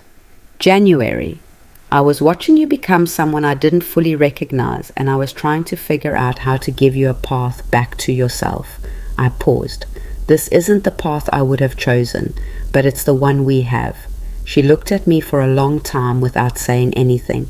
I'm really angry at him, she said finally. Good, I said, and embarrassed. That'll pass. And I still love him, some version of him that probably never existed. She said it like a confession. Is that insane? No, I said. It's human, and it's going to hurt for a while. How long? I don't know. Different for everyone. I looked at my hands. When your father died, people kept telling me it would get easier, and eventually it did, but not by the timeline anyone gave me. I looked up. Grief doesn't follow a schedule. And this is a kind of grief. She nodded. But you'll be working, I said. That helps more than anything else. Not because work fixes things. It doesn't. But because it gives the part of your brain that's in pain something to do with itself that isn't just sitting in the pain. Is that how you got through it after Dad? It's how I got through most things, I said. Work and refusing to stop. She almost smiled. That's extremely on brand for you. I know. I should have been watching you more closely, and she said it softly. All this time you were building something extraordinary, and She stopped. I thought I knew what you were. I had you categorized. Mom, widow, small business, Clover Ridge. You saw what I showed you, I said. I made choices about what to show. Why? It was a fair question, and it deserved a real answer, so I sat with it for a moment before I gave one. Because I didn't want you to feel obligated to me. If you'd known the scope of it, the money, the decisions, I was afraid every choice you made would be shadowed by it. What you studied, who you dated, whether you stayed close or moved away. I paused. I wanted you to make your life by what you actually wanted, not by the weight of what I had. She shook her head slowly. That's both the most loving and most infuriating thing you've ever done. I know, I'm aware. Because what actually happened is I made choices without the information I needed and ended up nearly trapped by a clause in a prenup you'd already identified. She looked at me with the rueful, complicated expression of someone who has just traced the shape of an irony and found it deeply uncomfortable. Your protecting me from your money almost cost me your money. I hadn't framed it exactly like that before. Yes, I said, that's accurate. So we were both trying to protect each other, and neither of us was talking to the other. She pressed 2 fingers to the bridge of her nose. We're very bad at this. We're going to get better at it, I said. She looked up. Starting now, I said. You know everything. The 47 million, the structure, the sale, the foundation idea. Diane Cho, you know all of it. I met her eyes, and I would like to know what you actually want from your life, not the edited version, the actual one. She stared at me. That's going to be a longer conversation, she said. I have time. It's 2:30 in the morning. I have until morning, I said, and then I have every morning after that." She looked at me for a long moment, my daughter, 32 years old, sitting on a mid-range hotel bed in her wedding dress with mascara on her cheek, holding an empty cup of terrible tea, and she looked so exactly like herself that my chest hurt with it. "Okay," she said. "Okay." She pulled her legs up and shifted to face me more fully, and I recognized the gesture from 100 kitchen table conversations, from every late night she'd ever spent at my house working through something that mattered. Here's the real version. She talked until almost 4. I listened in the way that I should have been listening for longer than I had, without waiting for my turn, without filtering for what confirmed what I already believed, without the low background noise of my own worry, competing with the signal of her words. She told me she'd known, somewhere underneath everything, that the graduate program wasn't what she actually wanted, that she'd stayed in it because it was credible and structured, and kept the question of what next safely deferred. She told me she'd chosen Davis partly because he made the what next feel answered, a life with shape and texture and room she didn't have to build herself. She told me that she was ashamed of that, but she was also starting to think shame wasn't the most useful response to understanding a mistake. She told me she wanted to write, not academic writing, not research papers, stories, narrative non-fiction, she thought, the kind that took real situations and made them livable for people going through them. She'd been writing privately for 2 years in a notebook she kept in a desk drawer, and she'd never shown it to anyone because it felt too exposed. Too much like wanting something that might not be for her. "Why might it not be for you?" I asked. "Because I'm a researcher," she said. "Researchers don't just decide to be writers. I was a hardware distribution manager," I said. And then I wasn't. She looked at me. "People are not their first act," I said. She sat with that. "What if I'm not good enough?" And she said. The vulnerability in it was stark. Not performance, just the actual question, said plainly in a mid-range hotel room at 4 in the morning. "Then you get better," I said, "or you find out the limit of how good you can get and you work within it. Either way, you know, which is better than the notebook in the drawer." She looked at her hands. "Show me something," I said, "when you're ready. Not tonight, but soon." She nodded slowly. "Okay." Outside, the first suggestion of morning was beginning to grey the edges of the parking structure. Not sunrise yet, just the slow withdrawal of absolute darkness, the sky remembering that it had somewhere to be. Lena looked at the window. "I should try to sleep." "Yes, Mom." She looked at me, and what was in her face was complicated and real and not resolved, because it wasn't the kind of thing that resolves in a single night. "I'm sorry I didn't see you more clearly all this time. I made it difficult, I said. "We both did." She paused. "I'm glad you stood up there. I'm glad you said it when you did, even though part of me wanted to be angry at you for it and probably will be again in the morning." She looked down. "You gave me the information I needed to see the truth before I spent years inside a lie. That's what I wanted to do," I said. "I just didn't know if it would work." "It worked." She stood up, moved to her bed, sat on the edge of it. Then she said quietly, "I keep thinking about what he said, that you wouldn't be around forever." She looked at me. "That really scared me when I heard it." "It scared me too," I said. "Not because of the money, Marcy," she said. "Because of you. The idea of losing you and someone already having calculated it, like you were just a..." She pressed her lips together. "Like you were just a variable." "I know," I said. "You're not," she said, with the simple, fierce conviction of someone saying a true thing plainly. "You are not a variable." I looked at my daughter, at the mascara on her cheek and the wedding dress she was still wearing and the exhaustion carved into her face, and I felt something in my chest ease that I hadn't known was tight. "I know," I said. "I know that." She lay down on top of the covers. She was asleep in less than 3 minutes. I could tell by her breathing. I sat in the chair by the window for a while and watched the sky get lighter and thought about Robert and the business and the 47 million and the notebook in Lena's drawer.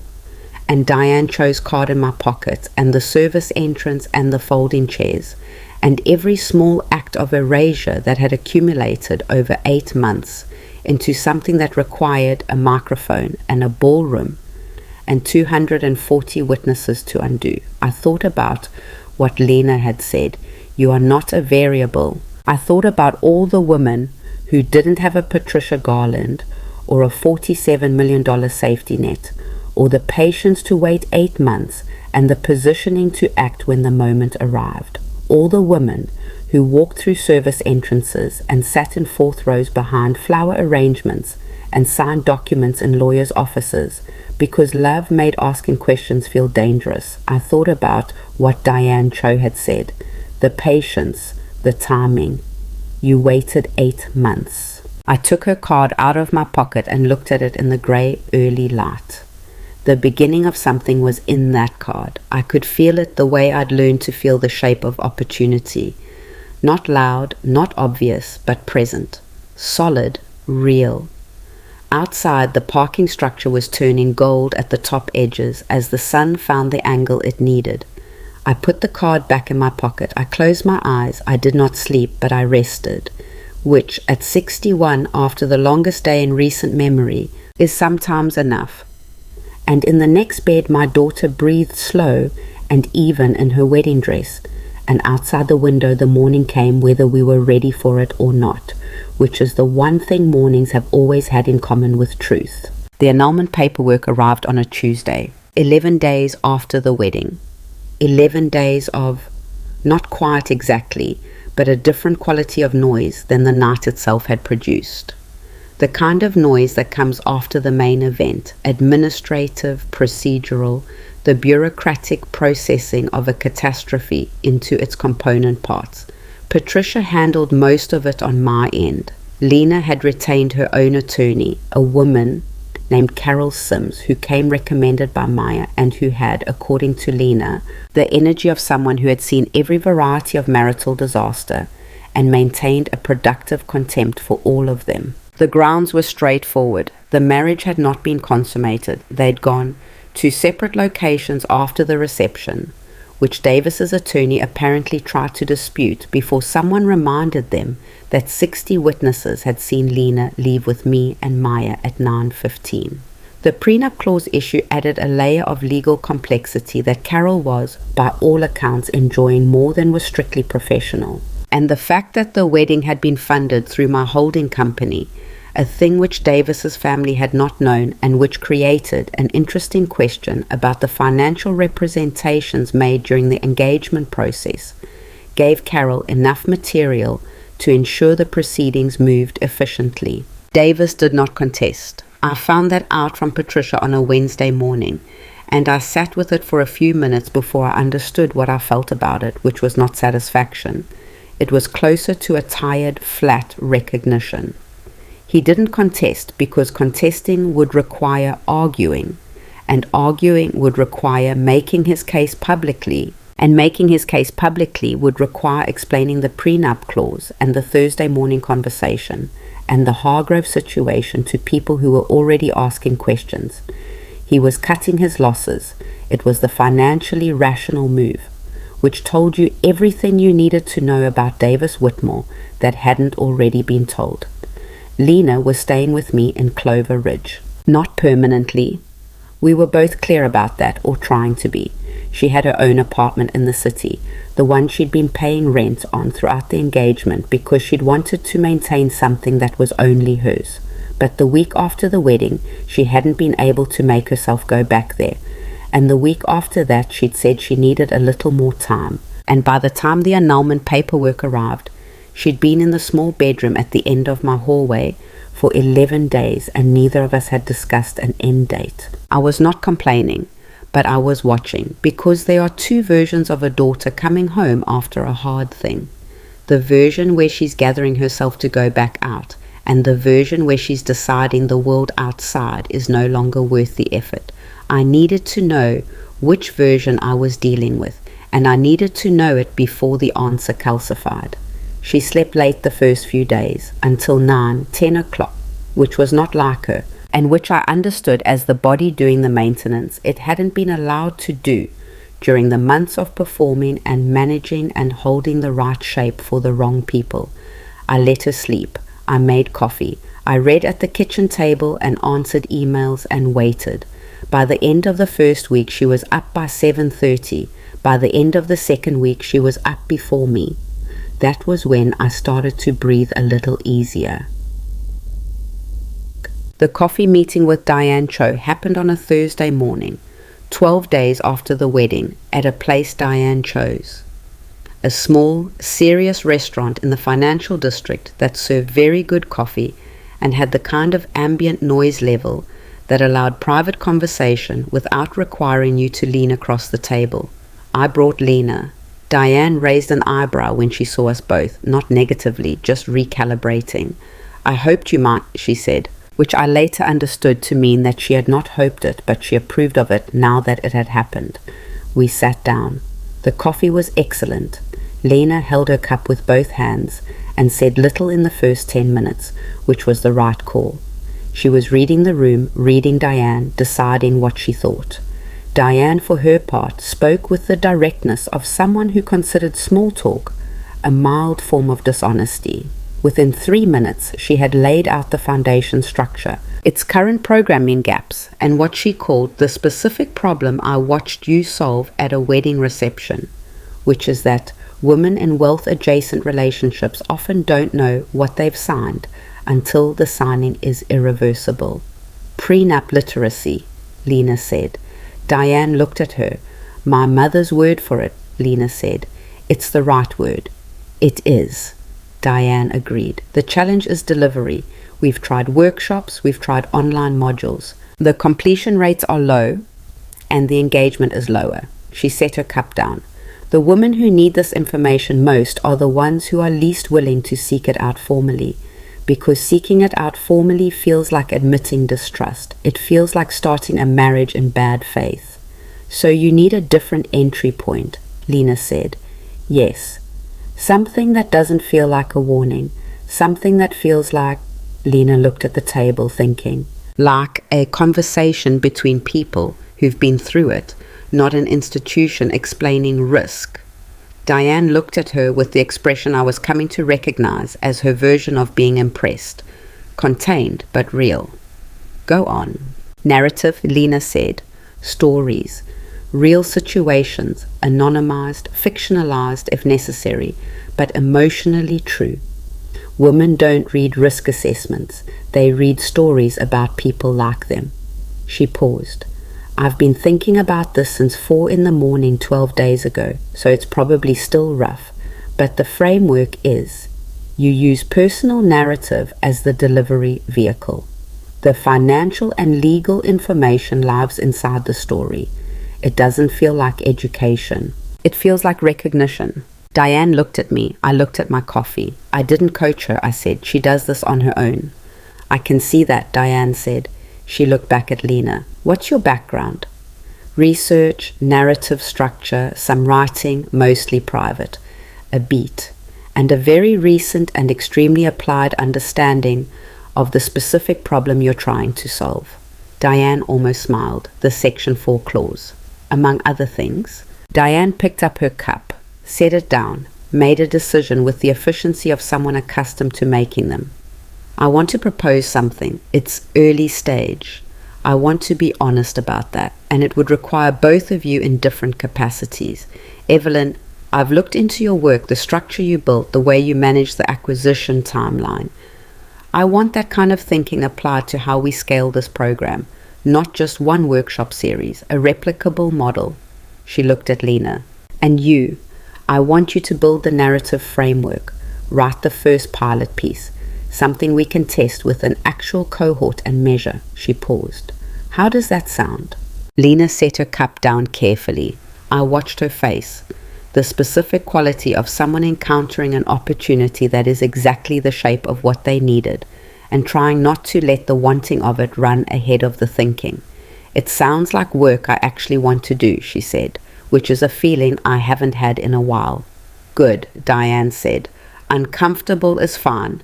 Unwilling is the problem."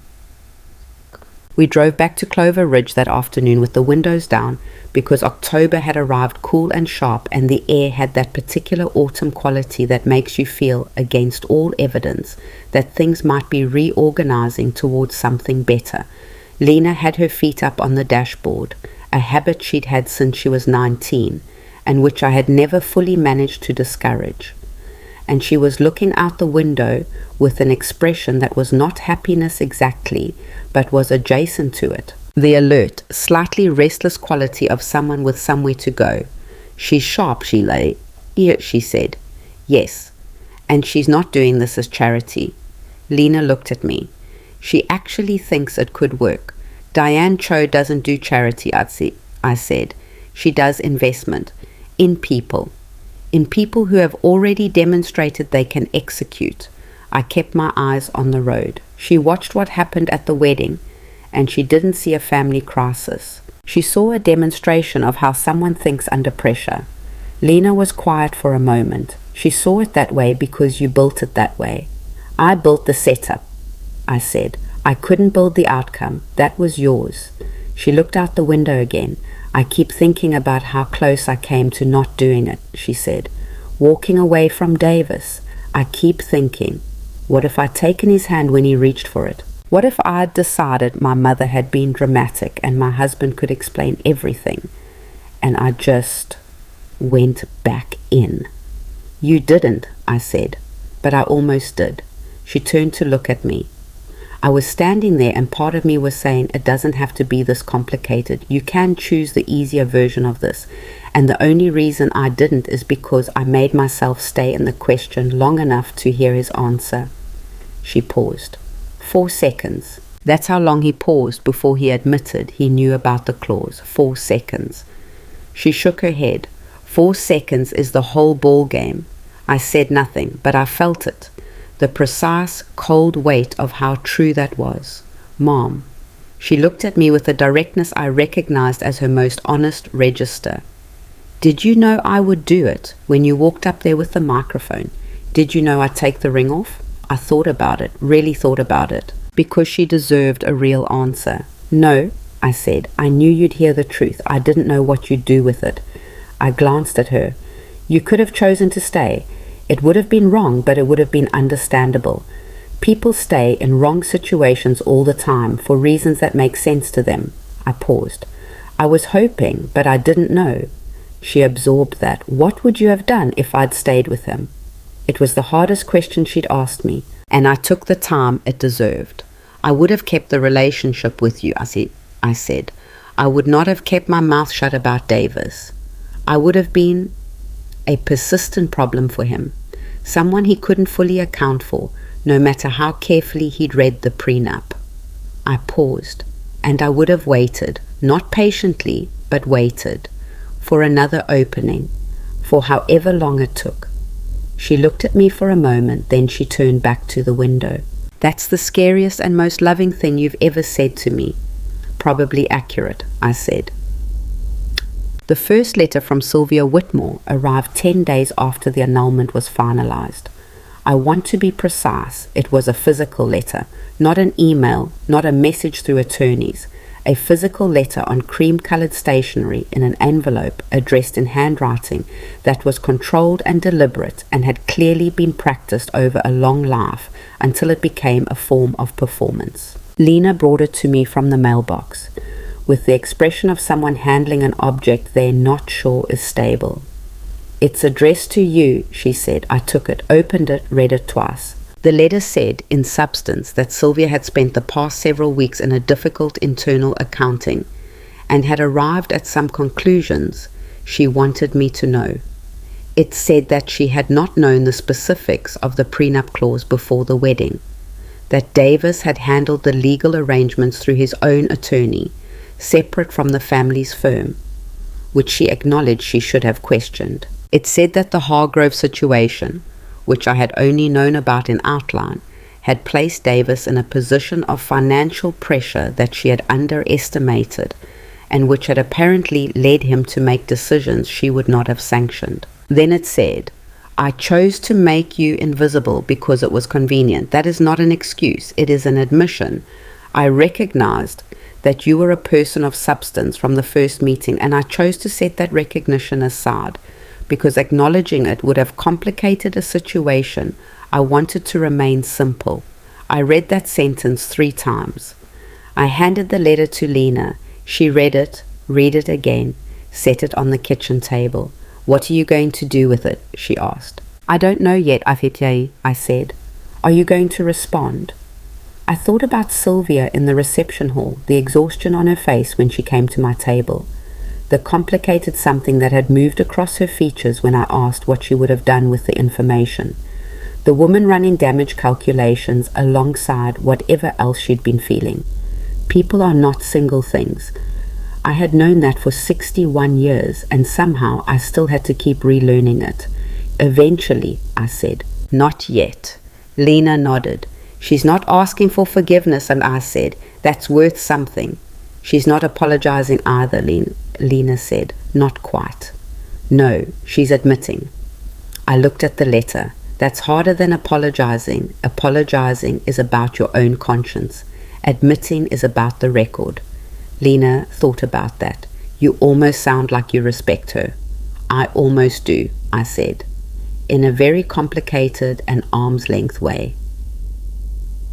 The work started in November, not the full program. We weren't anywhere near full program yet. Just the first pilot piece, which Lena wrote in the mornings at my kitchen table while I answered calls from Diane's team and Patricia, and the various structural pieces that needed aligning before anything could be built on them. Watching Lena write was something I had not expected to get to do. She sat at the table with her laptop and a yellow legal pad. She always drafted longhand before typing, a habit she said she had had since graduate school, and which she knew was inefficient and couldn't stop. And she would write in long stretches, punctuated by periods where she would stare at the wall or the window with the unfocused gaze of someone whose attention is entirely interior. The first draft she showed me was rough in ways that surprised me, not in ability, but in restraint. She had pulled back from the emotional core of the material, kept it clinical, safe. It read like a research summary with literary pretensions. I read it once, set it down. "You're writing around the center," I said. She looked at me. "What do you mean? The story you're trying to tell, you've built a frame for it and left the middle empty." I slid it back toward her. "You're afraid of what it looks like if you put the real thing in." The real thing meaning, what it felt like to sit in that lawyer's office and not ask questions because asking felt like not trusting him. I held her gaze. What it feels like to be 29 and wanting something so badly you calibrate what you're willing to see. I paused. "You're writing about women in wealth-adjacent relationships as if you are not one of them." She looked at the draft. "You are the story," I said. "The most useful thing you can do for someone sitting in a lawyer's office right now, afraid to ask questions, is tell them the truth about what that feels like from the inside. Not from a distance, from inside it." She was quiet for a long moment. "That's terrifying," she said. "Yes, people are going to know it's me." "Some people already know," I said. "The people who matter will recognize the truth of it regardless of whether they know it's you specifically." I paused. "And the ones who need it most will see themselves in it, not you." She looked at me. "How do you know that?" "Because that's what good writing does," I said. "I don't know much about writing, but I know that much." She picked up her legal pad. She started again. The second draft arrived 9 days later, slid under my bedroom door at 11 at night, because she'd finished it and didn't want to wait until morning. I sat up in bed and read it with my reading glasses and Robert's watch on the nightstand, and by the 3rd page I understood that my daughter had found the thing she was supposed to be doing. It wasn't perfect. It had rough edges and one section in the middle that went on too long, and a paragraph near the end that was working too hard. But the center of it, the specific, unguarded honesty of what it felt like to want belonging so badly that you let yourself not see, that was real in the way that useful things are real. The kind of real that lands in someone else's chest before they finished processing why. I took out a red pen and made notes in the margins. Not many. Mostly the middle section and the paragraph near the end. I slid it back under her door at 6 in the morning with a note that said, "Third page onward, this is it." The middle needs trimming and the last paragraph is trying to tie a bow on something that doesn't need one. Everything else, don't change it. I heard her laugh through the door. Not a big laugh, a short, startled sound of relief. December brought the first real test. Diane had arranged a small cohort, 12 women, various circumstances, all at some stage of navigating significant financial decisions in the context of relationships. Some engaged, some recently married, 2 in the process of separation. A 2-hour session at the foundation's offices, structured as a conversation rather than a workshop. Lena would present the narrative piece and facilitate discussion. I would be there, but not visible, in the adjacent room, available if needed. We had agreed on this structure because Lena needed the room to be hers, and I needed to be close enough in case something went sideways. I sat in the adjacent room with a cup of coffee and listened through the door. The first 20 minutes were careful, polite, the specific surface-level engagement of people who have agreed to be in a room together but haven't yet decided to trust it. Then Lena read a section from the piece, the part about the lawyer's office, about the specific internal calculation of what questions felt safe to ask. And the room went quiet in a way that was different from politeness. Then someone said, "I did that exact thing last spring." And someone else said, "I thought it was just me." And the room opened. I sat on the other side of the door and I listened to 12 women talk about the specific, lonely experience of wanting love so much that they had made themselves careful about what they were allowed to know. About the gap between what their instincts were telling them and what their hearts were willing to hear. About the documents they hadn't fully read and the questions they hadn't let themselves ask. Lena moved through it with a steadiness that I had not fully predicted. She knew when to speak and when to let the silence be productive. She asked questions that pushed the conversation forward without directing it. She shared enough of her own experience to keep the room feeling safe and not so much that she made it about herself. At one point, one of the women, the one who'd spoken first, said, "How long did it take you to understand what had actually happened after it was over?" There was a pause. "I'm still understanding it," Lena said. "I think that's the honest answer. You don't get the full picture all at once. It comes in pieces over time when you're ready for each piece." "Does it stop hurting?" Another pause. "It changes," Lena said. "The shape of it changes. It goes from being the main event to being a thing that happened to you that you understand better every month." She paused. "The hurt gets smaller. The understanding gets bigger. Eventually the understanding is more useful than the hurt." Quiet. "Is that happening yet for you?" The woman asked. "Starting to," Lena said. When the session ended and the room cleared and Lena came through the door into the adjacent room, she looked drained and alive in the specific combination that meaningful work produces. The good kind of tired, the kind that means something got spent on something worth spending it on. She sat down in the chair across from me. "Well," she said. "You were good?" I said. "I know the you were good voice," she said. "That's not all of it." I smiled. "You were very good." The moment with the woman who spoke first, and when you told her the understanding gets bigger than the hurt. That was the right thing to say at the right moment. She looked at the table. I wasn't sure it was true when I said it. "That's why it landed," I said. She looked up. "The things that are almost true, almost but not quite yet true, those are the ones people need to hear," I said, "because they're reaching toward them too." I looked at her steadily. "You gave that room something to reach toward." She was quiet for a moment. "One of them is going to get a prenup reviewed," she said. "She told me after. She said she'd been meaning to ask her fiancé about a clause and kept putting it off because it felt like distrust." She paused. She's going to ask.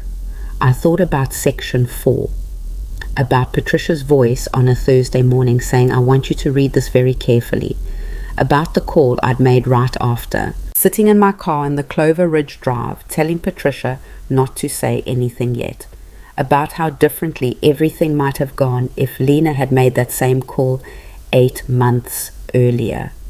Not because of me, but for herself. Good, I said. January arrived with the particular bleakness it always brought.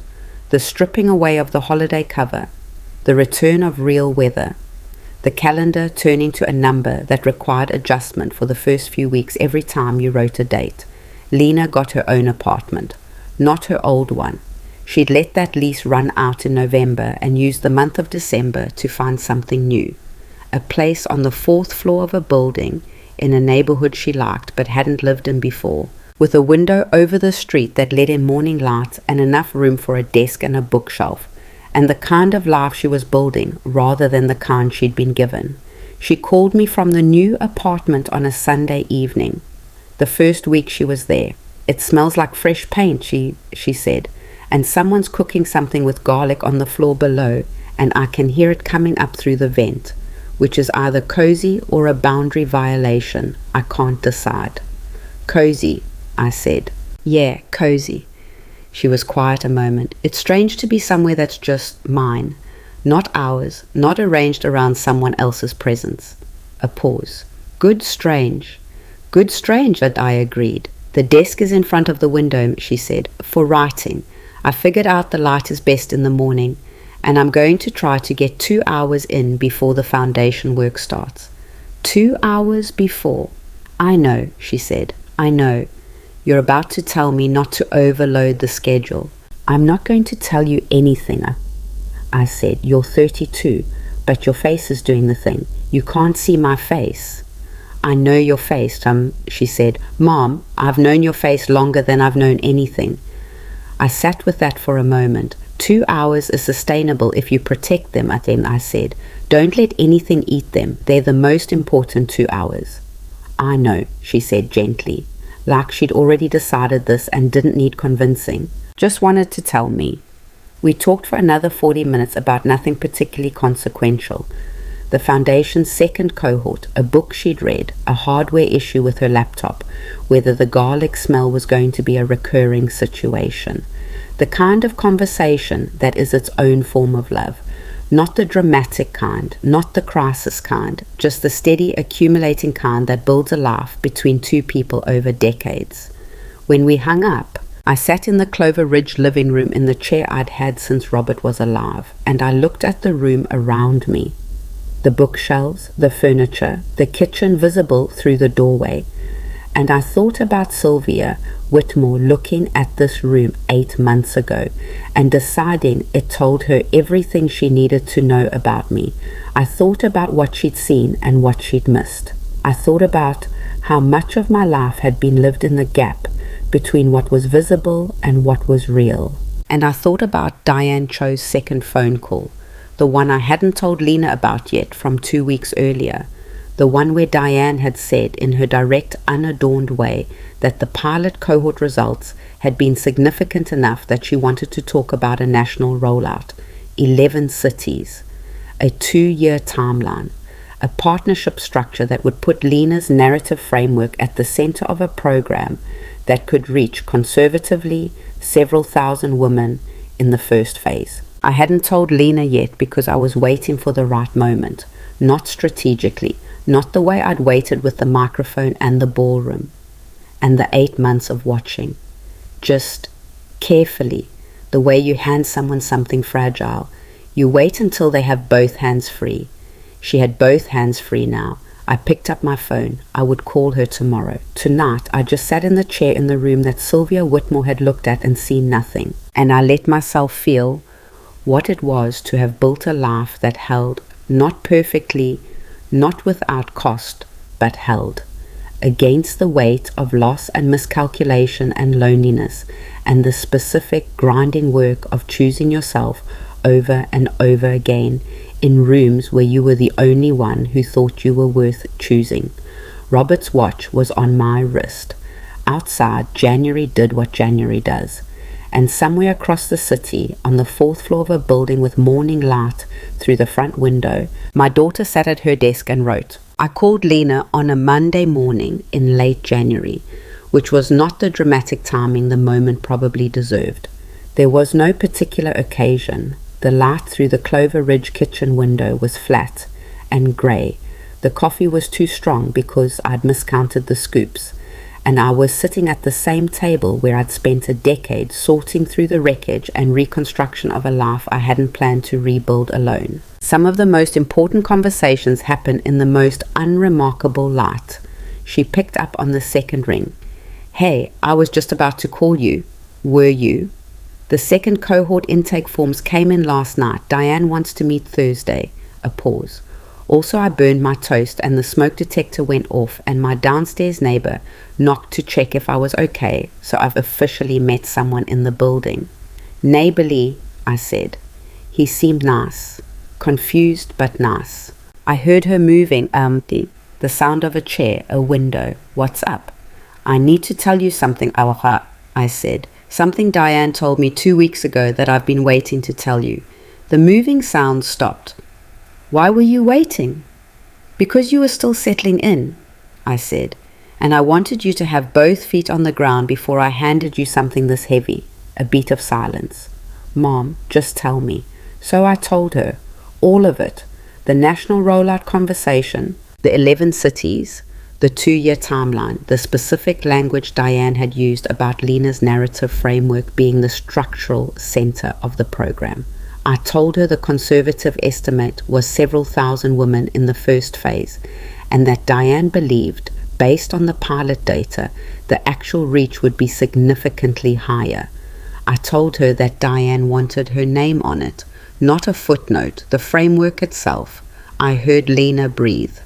Then I heard something I hadn't expected, a small, compressed sound, quickly controlled, that I recognized as crying, that was being managed before it could become crying. Hey, I said, I'm fine. She wasn't. I'm fine, I just... A pause, a breath. 2 years ago, I was sitting in a graduate seminar thinking maybe I could ask Davis to come visit me at school, and wondering if that would seem too eager. Her voice was unsteady at the edges.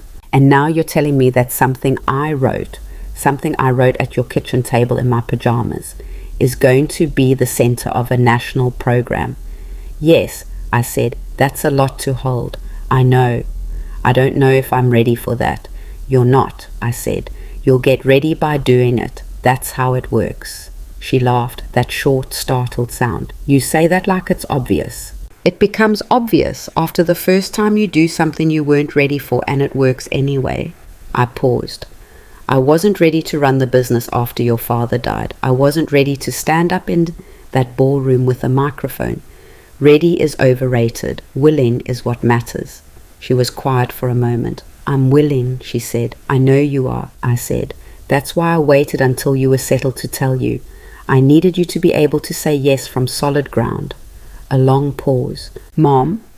Her voice had shifted. Gone to that register she used when she was saying something she'd been holding for a while. I want to ask you something, and I want you to answer honestly, not protectively. Okay. Are you happy? Not with the business or the foundation or any of it. Just you. Are you happy?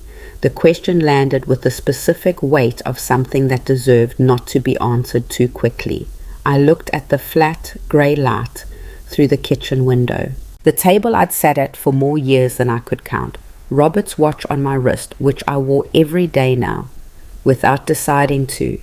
It had become as natural as breathing, as automatic as the alarm I no longer needed.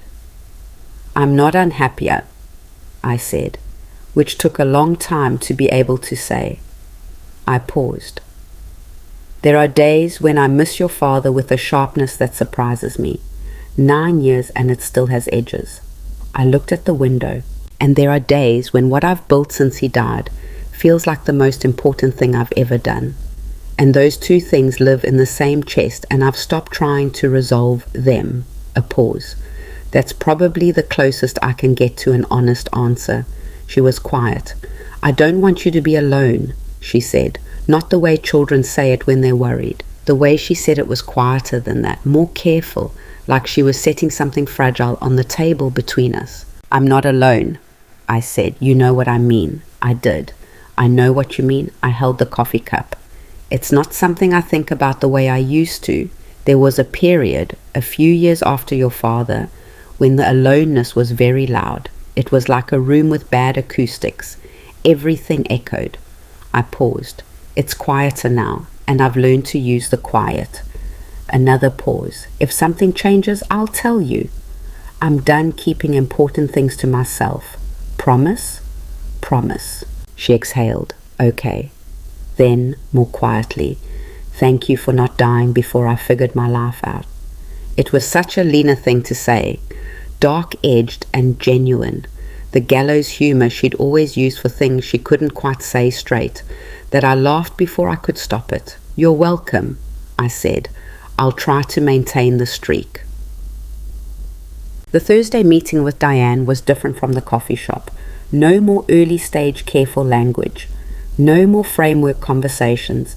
She had a room reserved, a proper conference room, with 4 of her foundation's senior staff present, a whiteboard that already had a timeline drawn on it, and a folder at each seat with documents that were still warm from the printer.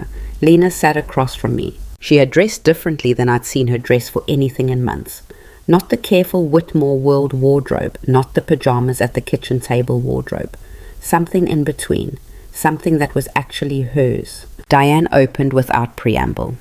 The pilot gave us what we needed. The cohort engagement rate was 92% across both sessions, which is the highest we've measured in 11 years of programming.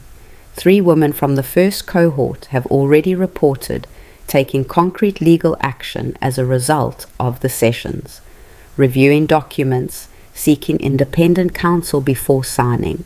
One withdrew from an engagement after discovering a financial clause she hadn't known about. She looked across the table. 1 is a number. In a national program, 1 becomes thousands. The room held that for a moment.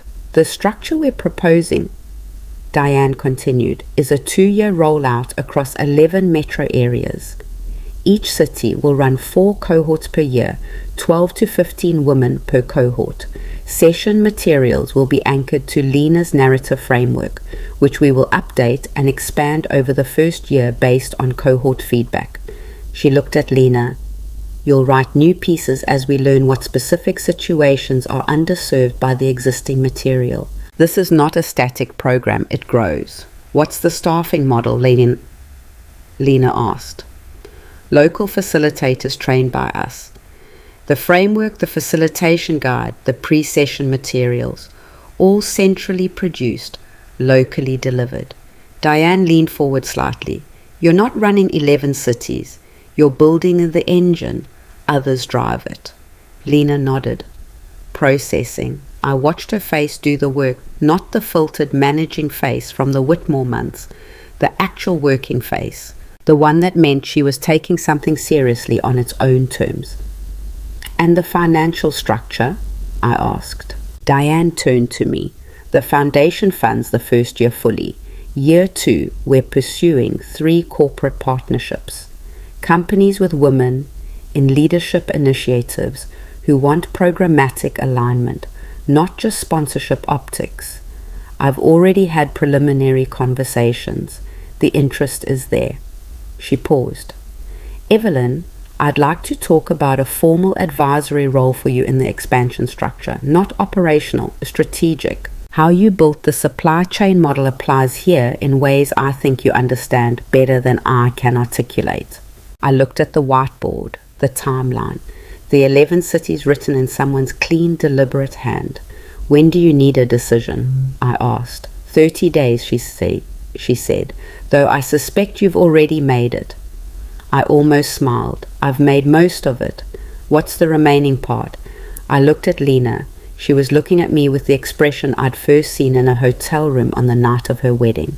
Open, clear, without the layers of performance and management that had accumulated over 8 months of trying to belong to someone else's world.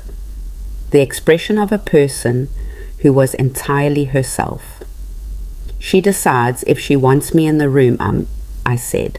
This is her work. I'm support structure. I don't want to be the ceiling. Lena blinked. Then she looked at Diane and said, she's in. She's been the architecture of this from before either of you knew it. Diane looked between us with the contained, real version of her being impressed. Good, she said. Then let's talk about Chicago first. February brought the paperwork and March brought the first city. Chicago was Diane's choice for the launch because she had the strongest existing partner network there, a women's legal clinic that had been looking for exactly this kind of programming for 2 years and had the infrastructure to support 4 cohorts immediately. We flew out on a Thursday, Lena and I want to tell you that I handled it with complete equanimity. But the truth is that I spent the first 20 minutes on the plane with my hands flat on my knees because flying had always made me quietly, privately anxious in a way I had never discussed with anyone and didn't intend to start discussing now. Lena knew. She'd known since she was a child. She reached over without saying anything and put her hand over mine for about 30 seconds, then went back to her notes. We didn't discuss it. We didn't need to. The Chicago session was different from the pilot in ways I hadn't fully predicted. The pilot cohort had been relatively similar in circumstance, urban, educated, mid to late 20s and 30s. The Chicago group was more varied. Ages ranged from 24 to 51. A woman who ran a small landscaping company and was engaged to a man who wanted to merge their finances before the wedding in a way she couldn't articulate clearly but felt wrong. A woman in her 40s, second marriage, whose first marriage had left her with a settlement that seemed fair until it wasn't.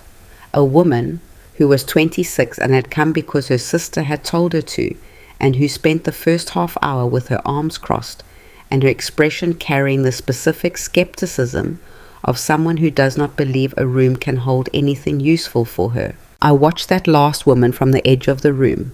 My place in these sessions was always the edge, always observational, which suited me. And I watched Lena read her and adjust. Not dramatically, nothing that looked like adjustment from outside. Just a slight shift in which parts of the material she emphasized, which questions she directed at which parts of the room, where she let the silence land versus where she moved through it. By the second hour, the woman with her arms crossed had both hands on the table and was talking. She said, and I want to be precise about this because I have thought about it many times since. She said, I thought financial conversations before marriage were just about whether you both broke or not. I didn't know it was also about what happens to what you build after. Lena said, most people don't. That's the gap. So how do you close it without it feeling like she searched? Like you're planning for it to fail before it starts.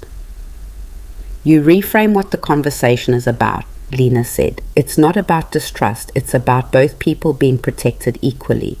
A conversation where both of you understand and agree on the terms isn't a lack of faith in the marriage.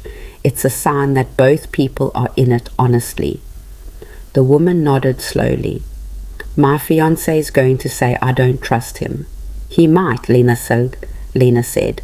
And then you can tell him that trust is not the same as absence of information, that two people who trust each other can still make sure both of them are safe.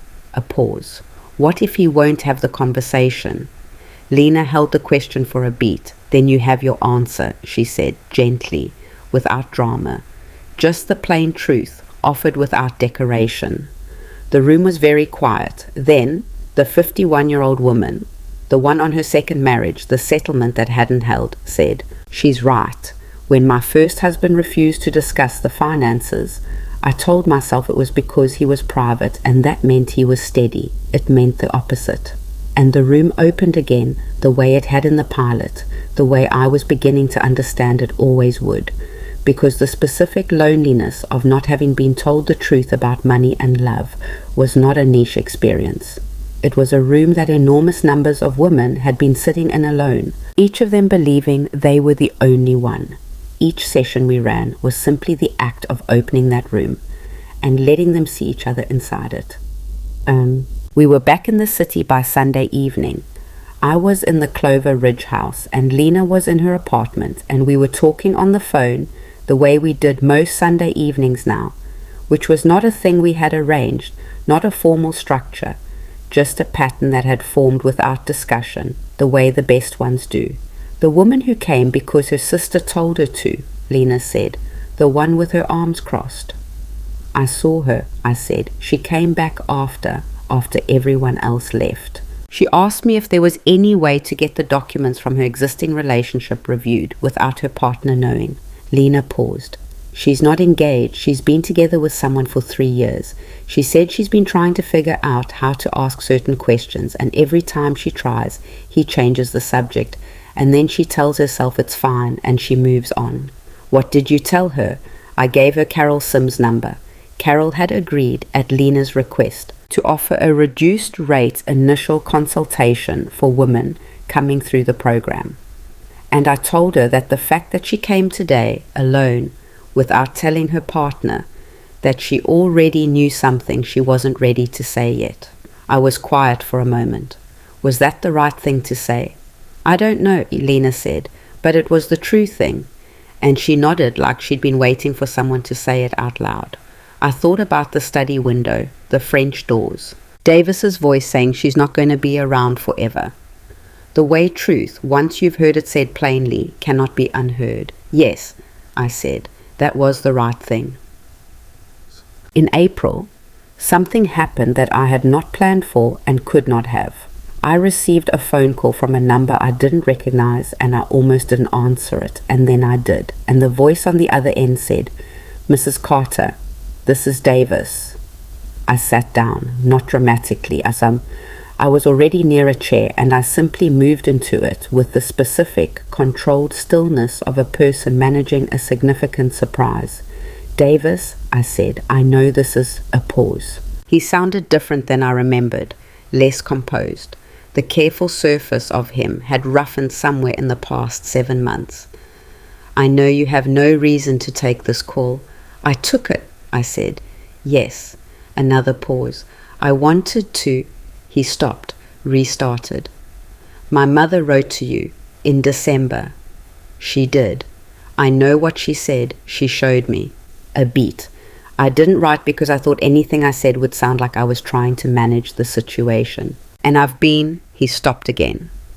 I've spent 7 months trying to understand why everything I did felt rational to me while I was doing it, and trying to understand that rationality isn't the same as right. I said nothing. I let him find his own way through it. The clause in the prenup, he said, I want you to know that I convinced myself it was standard, that the attorneys had constructed it and it was just how these things were done, and I didn't have to look too hard at what it meant. He paused. That's not the same as not knowing. I knew. I just let myself not look. Yes, I said. I know that particular thing. It has a shape. A long pause. How is Lena? He asked quietly. Without the performance quality I'd always heard in his voice before, I considered how to answer that. She's building something, I said. She's better than she was, and not as good as she's going to be. She's writing, and she's working, and she has morning light through her window. I paused. She's going to be fine. She's already more than fine. He was quiet. I didn't love her the way she deserved, he said. The simplicity of it, the stripped down quality, was, I will admit, something I had not expected from him. I thought I did. I thought what I felt was real, and the plan was just the architecture around something genuine. But looking back, he stopped. The plan was the thing. The rest was what I told myself. Yes, I said. Does she know I called? No. I don't want... He seemed to be choosing carefully. I don't want her to think I'm trying to reopen anything. I'm not. I just needed to say this to someone who was there, who saw the whole thing. A pause. You're the only person who saw all of it. I sat in the Clover Ridge kitchen with the April light coming through the window, warmer now than January. the quality of it changing with the season, and I thought about what it cost a person to make a call like this. Not what it was worth, what it cost. I hear you, Aides, I said. That's all I needed, he said. We hung up. I sat for a while. I did not tell Lena about the call for several weeks. Not out of secrecy. I'd promised her no more protected information. But because the timing needed to be right, because she was in the middle of something important and Davis was in her past, and the past deserved to wait at the edge until she had enough solid ground under her to receive it without it pulling her back. When I did tell her, we were sitting on the back steps of the Clover Ridge house in early May, drinking wine that was slightly too warm, because neither of us had remembered to put it in the refrigerator ahead of time, and the garden was doing the thing it did every May, becoming more alive than the winter had allowed you to remember it could be. She held her glass and looked at the garden while I told her. She didn't say anything for a while. What did you feel, she asked finally, when he said the plan was the thing? Something complicated, I said, not sympathy exactly, more like recognition of what happens when someone builds a structure so solid that they mistake the structure for the truth. She nodded slowly. I did that too, Sean, she said. I built a story about who he was and then I maintained it. She looked at her wine. We were both living in something we'd constructed, just on different sides of it. Yes, I said. Does that make it better or worse? Neither, I said. It just makes it true. She was quiet. I'm not angry at him anymore, she said. I mean, I'm not going to call him. I don't want him back in my life, but the anger. She looked at the garden. It was exhausting to maintain, and at some point I just put it down because it was heavier than it was worth. A pause. Is that weak? No, I said.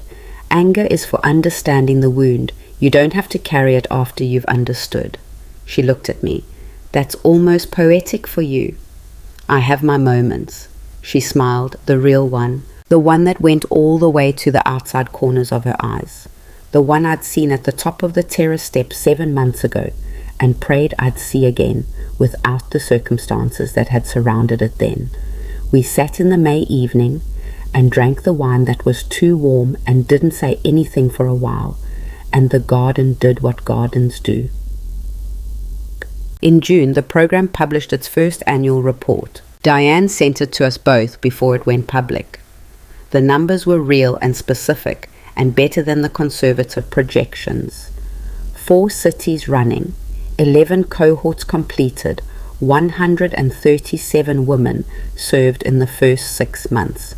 Of those, 89% reported taking at least one concrete action related to financial self-protection, seeking independent legal counsel, initiating financial conversations with partners, reviewing existing agreements. 14 had changed or cancelled plans after discovering terms they hadn't previously understood. 14 women who would not find themselves sitting in a hotel room on what should have been their wedding night, putting the pieces together in the wrong order. 14 was not a large number in the abstract. It was an enormous number if you were one of the 14. Lena sent me a message when she read the report, just 3 words. We did something. I sent back 2, you did. She sent back 4, we. Don't argue. I put my phone down and I sat with the warmth of it for a long time. Party. The last thing I want to tell you is not about the program or the annulment or the ballroom or even Lena. It's about a morning in July, 7 months after the wedding, when I drove to the Whitmore estate. Not to see Sylvia. I hadn't arranged anything with Sylvia, hadn't called ahead. I drove out on a Tuesday morning because I had some business in that part of the county, and I found myself, without fully planning it, turning onto the long drive that led to the estate. I parked in the main lot, not the lot behind the gardening shed, the main one, where the guests in their gowns had parked on that September day. I sat in the car for a few minutes. I looked at the front entrance, the limestone steps, the topiaries, the main door through which 240 people had walked, while I was redirected to a service corridor. that smelled like floor cleaner and warm food. I thought about what it had cost me to walk through that service door. Not practically. It had cost me nothing practical. But the other cost, the one you carry in your chest, the specific, precise ache of being made to feel that you do not belong in the room where your own daughter is getting married. I had walked through that door because it served the plan, because being underestimated was useful, and I had learned over 61 years to work with what was useful rather than against what was painful.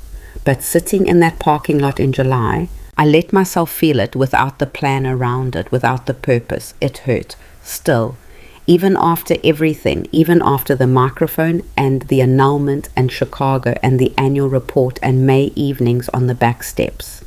It hurt that I had been made to walk through that door. It hurt that someone had looked at me and made a calculation and decided I was not worth the front entrance. And I sat with the hurt without trying to resolve it or use it or turn it into fuel for something else. Sometimes things just hurt, and the honest response to that is to acknowledge it without either performing it or burying it. I sat in the parking lot for 11 minutes. Then I started the car. Then I drove home. There is something I have been thinking about since September, since the morning of the wedding, since every small moment that has accumulated into the story. It is not a lesson exactly. I am suspicious of tidy lessons, the kind that wrap everything into a conclusion that makes the mess feel retroactively clean. Life is not retroactively clean. Mess persists. Hurt persists. The wrong people still get to build their structures, and the right moments still arrive too late for some. And the service doors are still there, waiting. But here is what I know. I know that the version of myself that walked through that service door in a plain navy dress with a plan in her cardigan pocket was not lesser than the version who stood on a platform with a microphone an hour later. They were the same person. The patience and the action were the same person. The invisible and the seen were the same person. What I know is that being unseen by people who have decided what you are does not make you what they've decided. What I know is that the most dangerous thing you can do for someone you love is let them make choices without the information they need in the name of protecting them from the weight of it. Information is not a burden. Information is ground. What I know is that dignity is not bestowed. You cannot receive it from a front entrance or a first row seat or a program that lists your name. It is not given. It is maintained. Quietly, persistently, especially when the room has decided not to see it. What I know is that Lena took the ring off, not because I forced it, not because I showed her who Davis was and left her no other option, but because when the truth was finally in the room with her, in plain language, with witnesses, with nowhere to retreat, she chose truth. She had always been capable of that choice. She had simply needed the conditions in which it was possible to make it. That's the thing about the people who belong to you, not the ones who claim you, not the ones who choose you for what you represent, the ones who actually belong to you. They are capable. They surprise you. And the best thing you can do for them most of the time is stay close enough to catch them if they fall, and far enough back to let them stand on their own. I got that wrong for a long time, and then I got it less wrong. That's the whole story. I am 61 years old. I wear Robert's watch every day. I drink coffee that is often too strong because I still can't reliably count scoops before I'm fully awake. I sit at the kitchen table in Clover Ridge most mornings and answer emails and work through whatever the current phase of the program requires, and occasionally stare out the window at nothing in particular for longer than is strictly productive. On Sunday evenings, Lena calls. Sometimes we talk for 20 minutes. Sometimes we talk for 2 hours. Sometimes she reads me something she's working on, and I make notes on a pad and read them back to her, and she argues with me about half of them and accepts the other half, and we both know the arguing is also a form of trust. Last Sunday she said, I think I want to write something longer, not a narrative piece for the program, something for myself. A book? I asked. Maybe, or close to it.